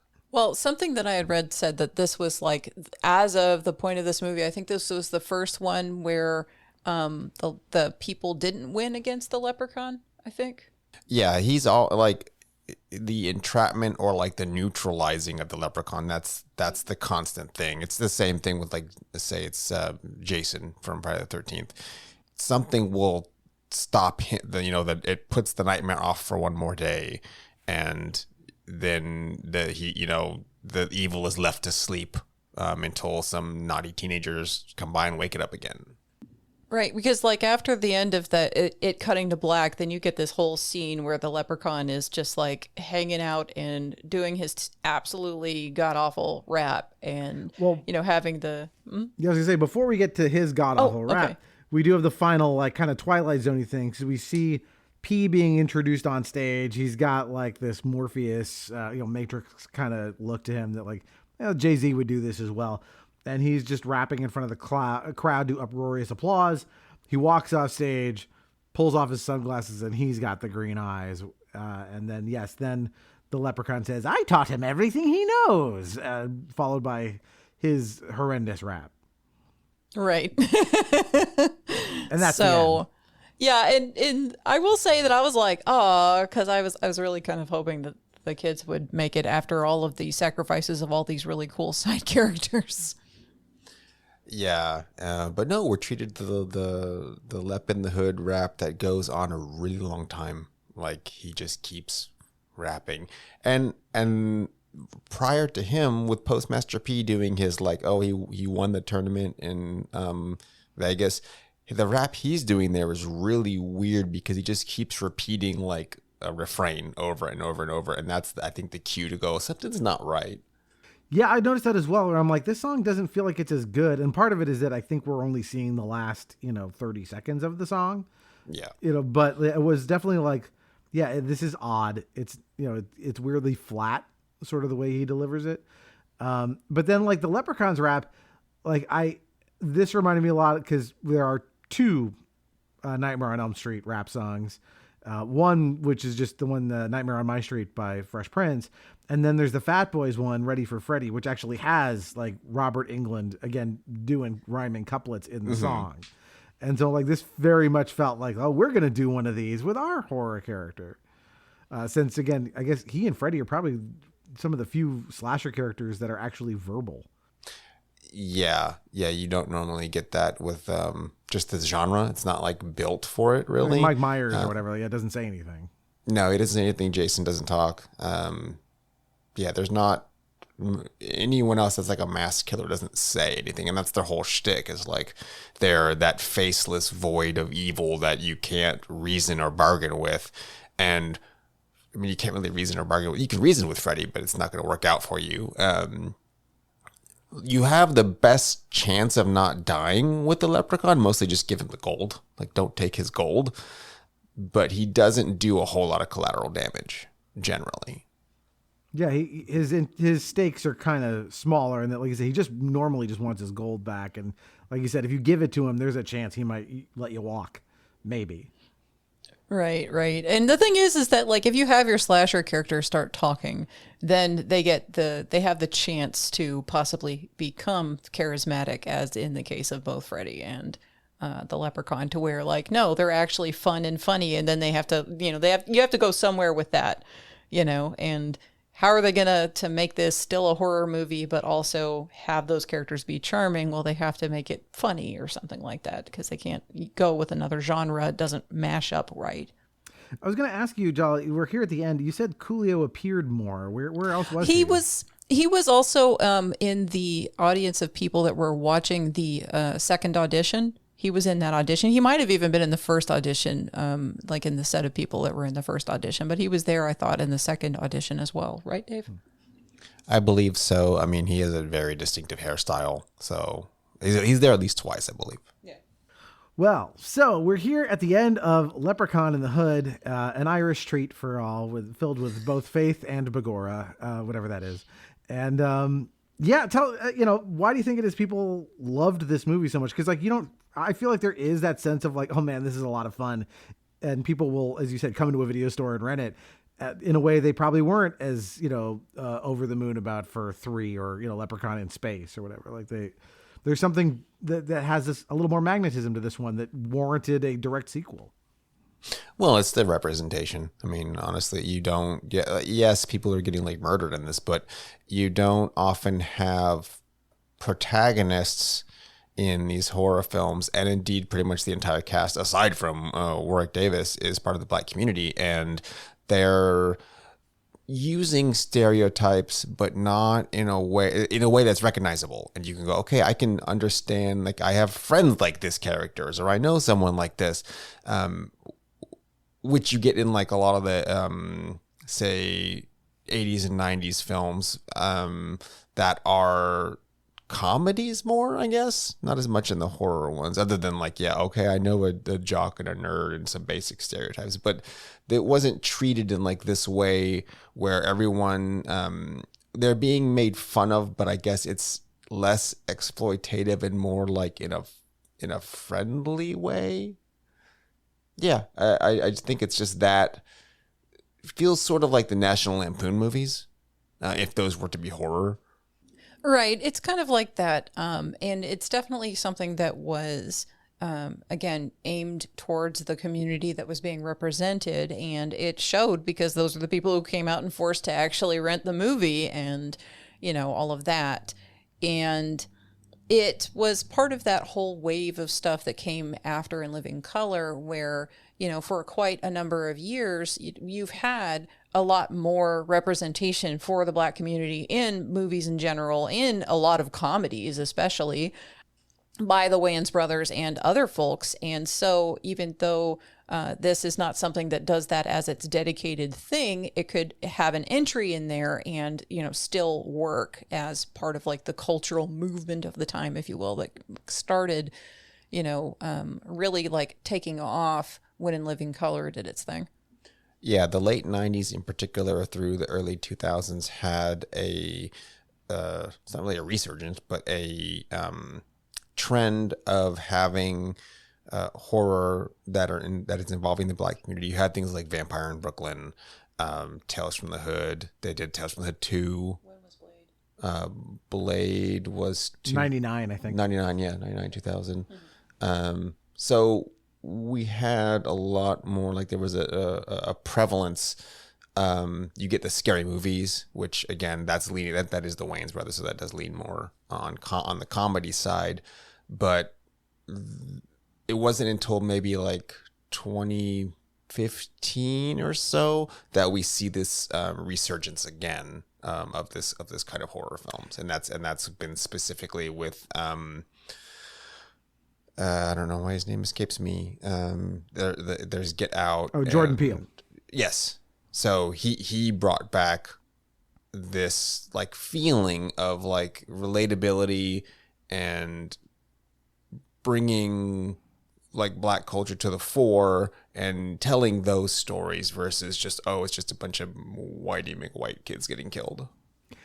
Yeah, and I have to say, too, that of all the different horror movies that I've seen, regular horror movies or horror comedy movies or whatever, the cast in this is just so memorable and charming. Like, I love all the different characters that are being portrayed here, for all of their different complications to their personalities. Like, yes, they start out as this one stereotype that you can catch at a glance and you can understand, immediately when you look at them, who this person is supposed to represent in the community. But then, like, there's nuances added to those characters as the film continues. And they are all, even all these little side characters, are given so much room to breathe as well that makes this fun to rewatch and, experience, even though definitely of its era, definitely reflecting a culture, in the year 2000, not in the year 2025.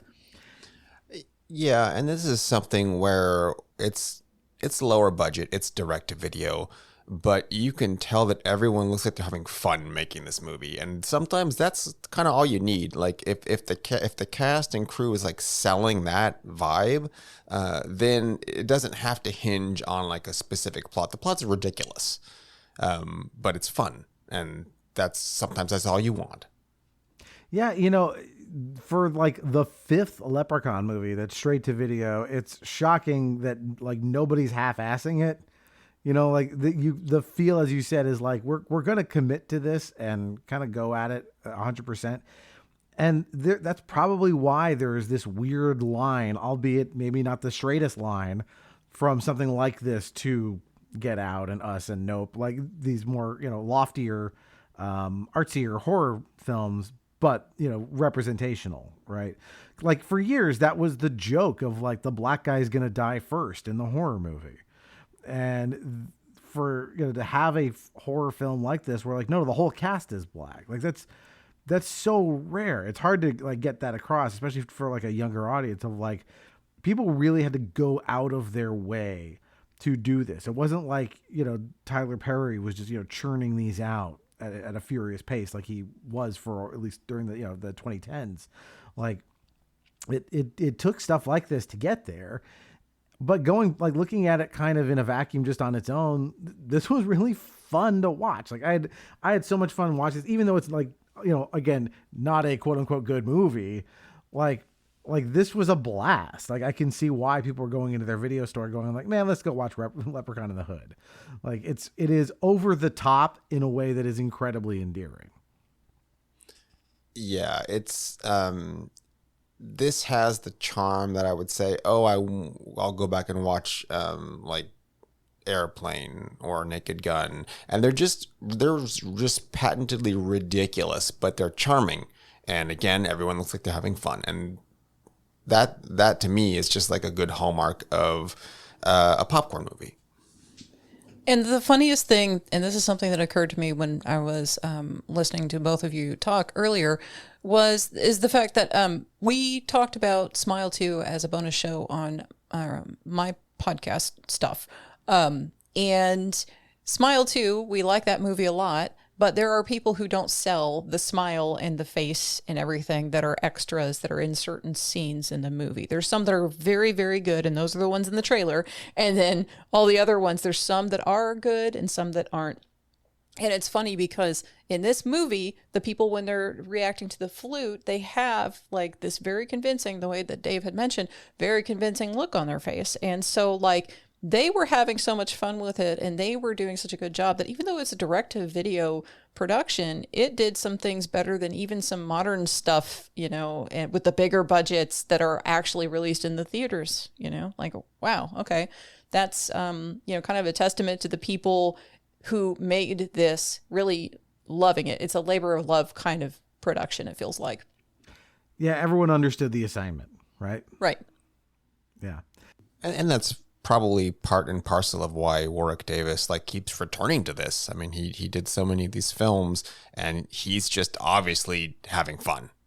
He gets to go be a little gooby guy for a while and just rhyme his little heart out. Well, I'm really glad we spent the time on this St. Patrick's Day for this, because I feel like Darby O'Gill and the Little People is probably very, nice and sweet for a 1950s or 60s live action Disney movie about leprechauns. But I'm glad we kind of went somewhere far weirder for this. So guys, tell the audience about your awesome podcasts and the things you do. Yeah, so I'm one of the hosts on Monster Dear Monster. You can find us at monsterdear.monster. Basically, what we do is take a look at creatures of all sorts and types from their folkloric origins, and then look at whatever they're doing pop culturally wise now. So say it's a vampire, we would have watched something, or we would read Bram Stoker's Dracula, and then we will take a look at Twilight and a couple other different vampire movies, Nosferatu, and go, okay, the vampire over time, what's it doing? And what's that indicate about what's going on when that movie or that book is being made? And we look at some video games too, so it's not just movies and books. Awesome.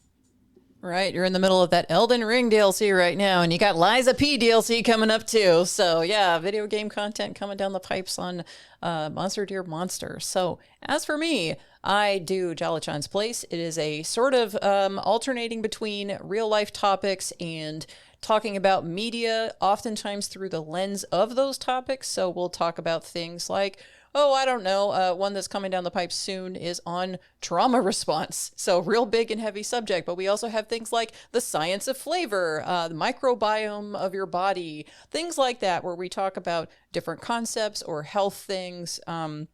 Anything that's kind of interesting to me that I am studying at the time for one or another reason ends up on the show. And then we talk about media, sometimes related, sometimes not. I'm kicking around the idea, for example, of doing a roundtable discussion about generational trauma and how different movies such as Encanto work through those topics and have like a little discussion around that. But we also do just talk about silly nonsense as well. Talking about the original books that were what spawned the Who Framed Roger Rabbit movie and how vastly different those are and terrible. Talking about different video games. I've had stuff like Dishonored and Shining Force 3, which we're still working on, and Lunar and things like that. Just covering a bunch of different media as well. So that is at Jala-Chan Place. I'm also on The Level Podcast from Duckfeed TV, and that's at thelevelpodcast.com. We do a video game roundtable, talk about what we're playing, talk about news, throw out a question to the listeners, and otherwise do a bunch of BS. And all of those things are definitely worth your time listening to. They're all wonderful shows that you should go check out. If you are so inclined and have the time, please do drop us a review. And of course, Jala and Dave's shows as well. Dropping reviews are the best thing you can do if you like a podcast, because that, again, that grabs the little algorithm by the neck and shakes it. So good things come out. And of course, word of mouth is also greatly appreciated. If you want to get in touch with our show, just go to your social media network of choice and look for Nostalgia Arcanum. You'll find it. You can shoot me a message through there. And if you want to find out what's coming up on the next episode, I would say follow us on either Facebook, Instagram, or BlueSky, because I will post a clue every Wednesday as to what the next episode is going to be. So come and play along with that. So, guys, thanks so much for doing this. It was a real treat to have you on to talk about Leprechaun in the Hood, of all things. I like to push your limits, Doug, and always just introduce you to something else. You're just like, well, why am I watching this? Yeah, thanks for having us on, Doug. And we'll find something else to be nostalgic about that's even weirder if possible for the future. I happily accept the challenge. So. Yay! Thank you so much. All right, guys. So until next time, that is one more entry in the Nostalgia Arcanum. I come from the land of the Irish Spring.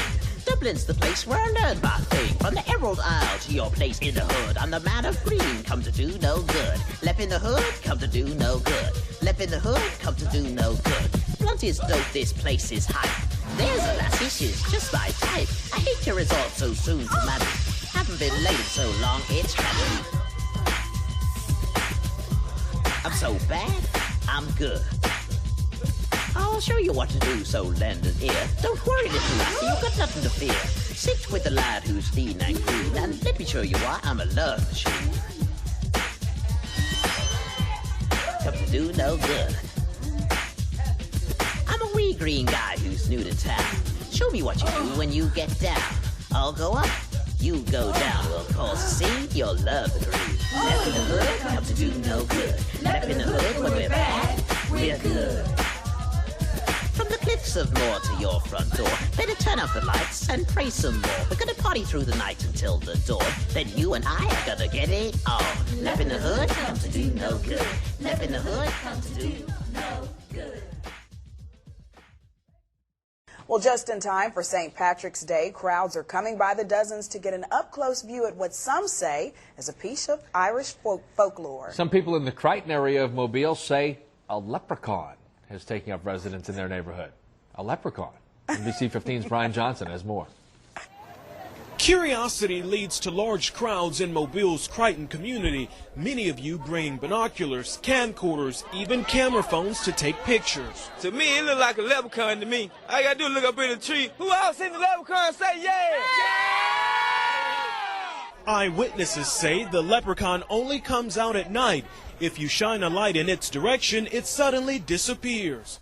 This amateur sketch resembles what many of you say the leprechaun looks like. Others find it hard to believe and have come up with their own theories and explanations for the image. My theory is it's casting a shadow from the other limb. Could be a crackhead that got hold to the wrong stuff. And it told him to get up in a tree and play a leprechaun. We're going to get down to the bottom of this. Yeah, it's still on there, guy. Don't be afraid. Don't be afraid, man. This guy helping to direct traffic says he's prepared for his encounter with the leprechaun. He's suited up from head to toe. This wars off spells right here. This is a special leprechaun flute, which has been passed down from thousands of years ago from my great-great-grandfather who was Irish. I just came to help out. Others just came to get lucky in hopes a pot of gold may be buried under this tree. I'm gonna run a backhoe and uproot that tree. I want to know where the gold is. I want the gold. Give me the gold. I want the gold. This is Brian Johnson, NBC 15 News. People will do anything for a pot of gold. I mean, anything. You know what I like? I like the amateur sketch of the leprechaun. Yeah, it looks like somebody got a really good look at it and got that good drawing out there. Who did that? I want to know who sketched that. I don't know. Maybe Brian sketched it. Doodling. That was a good story.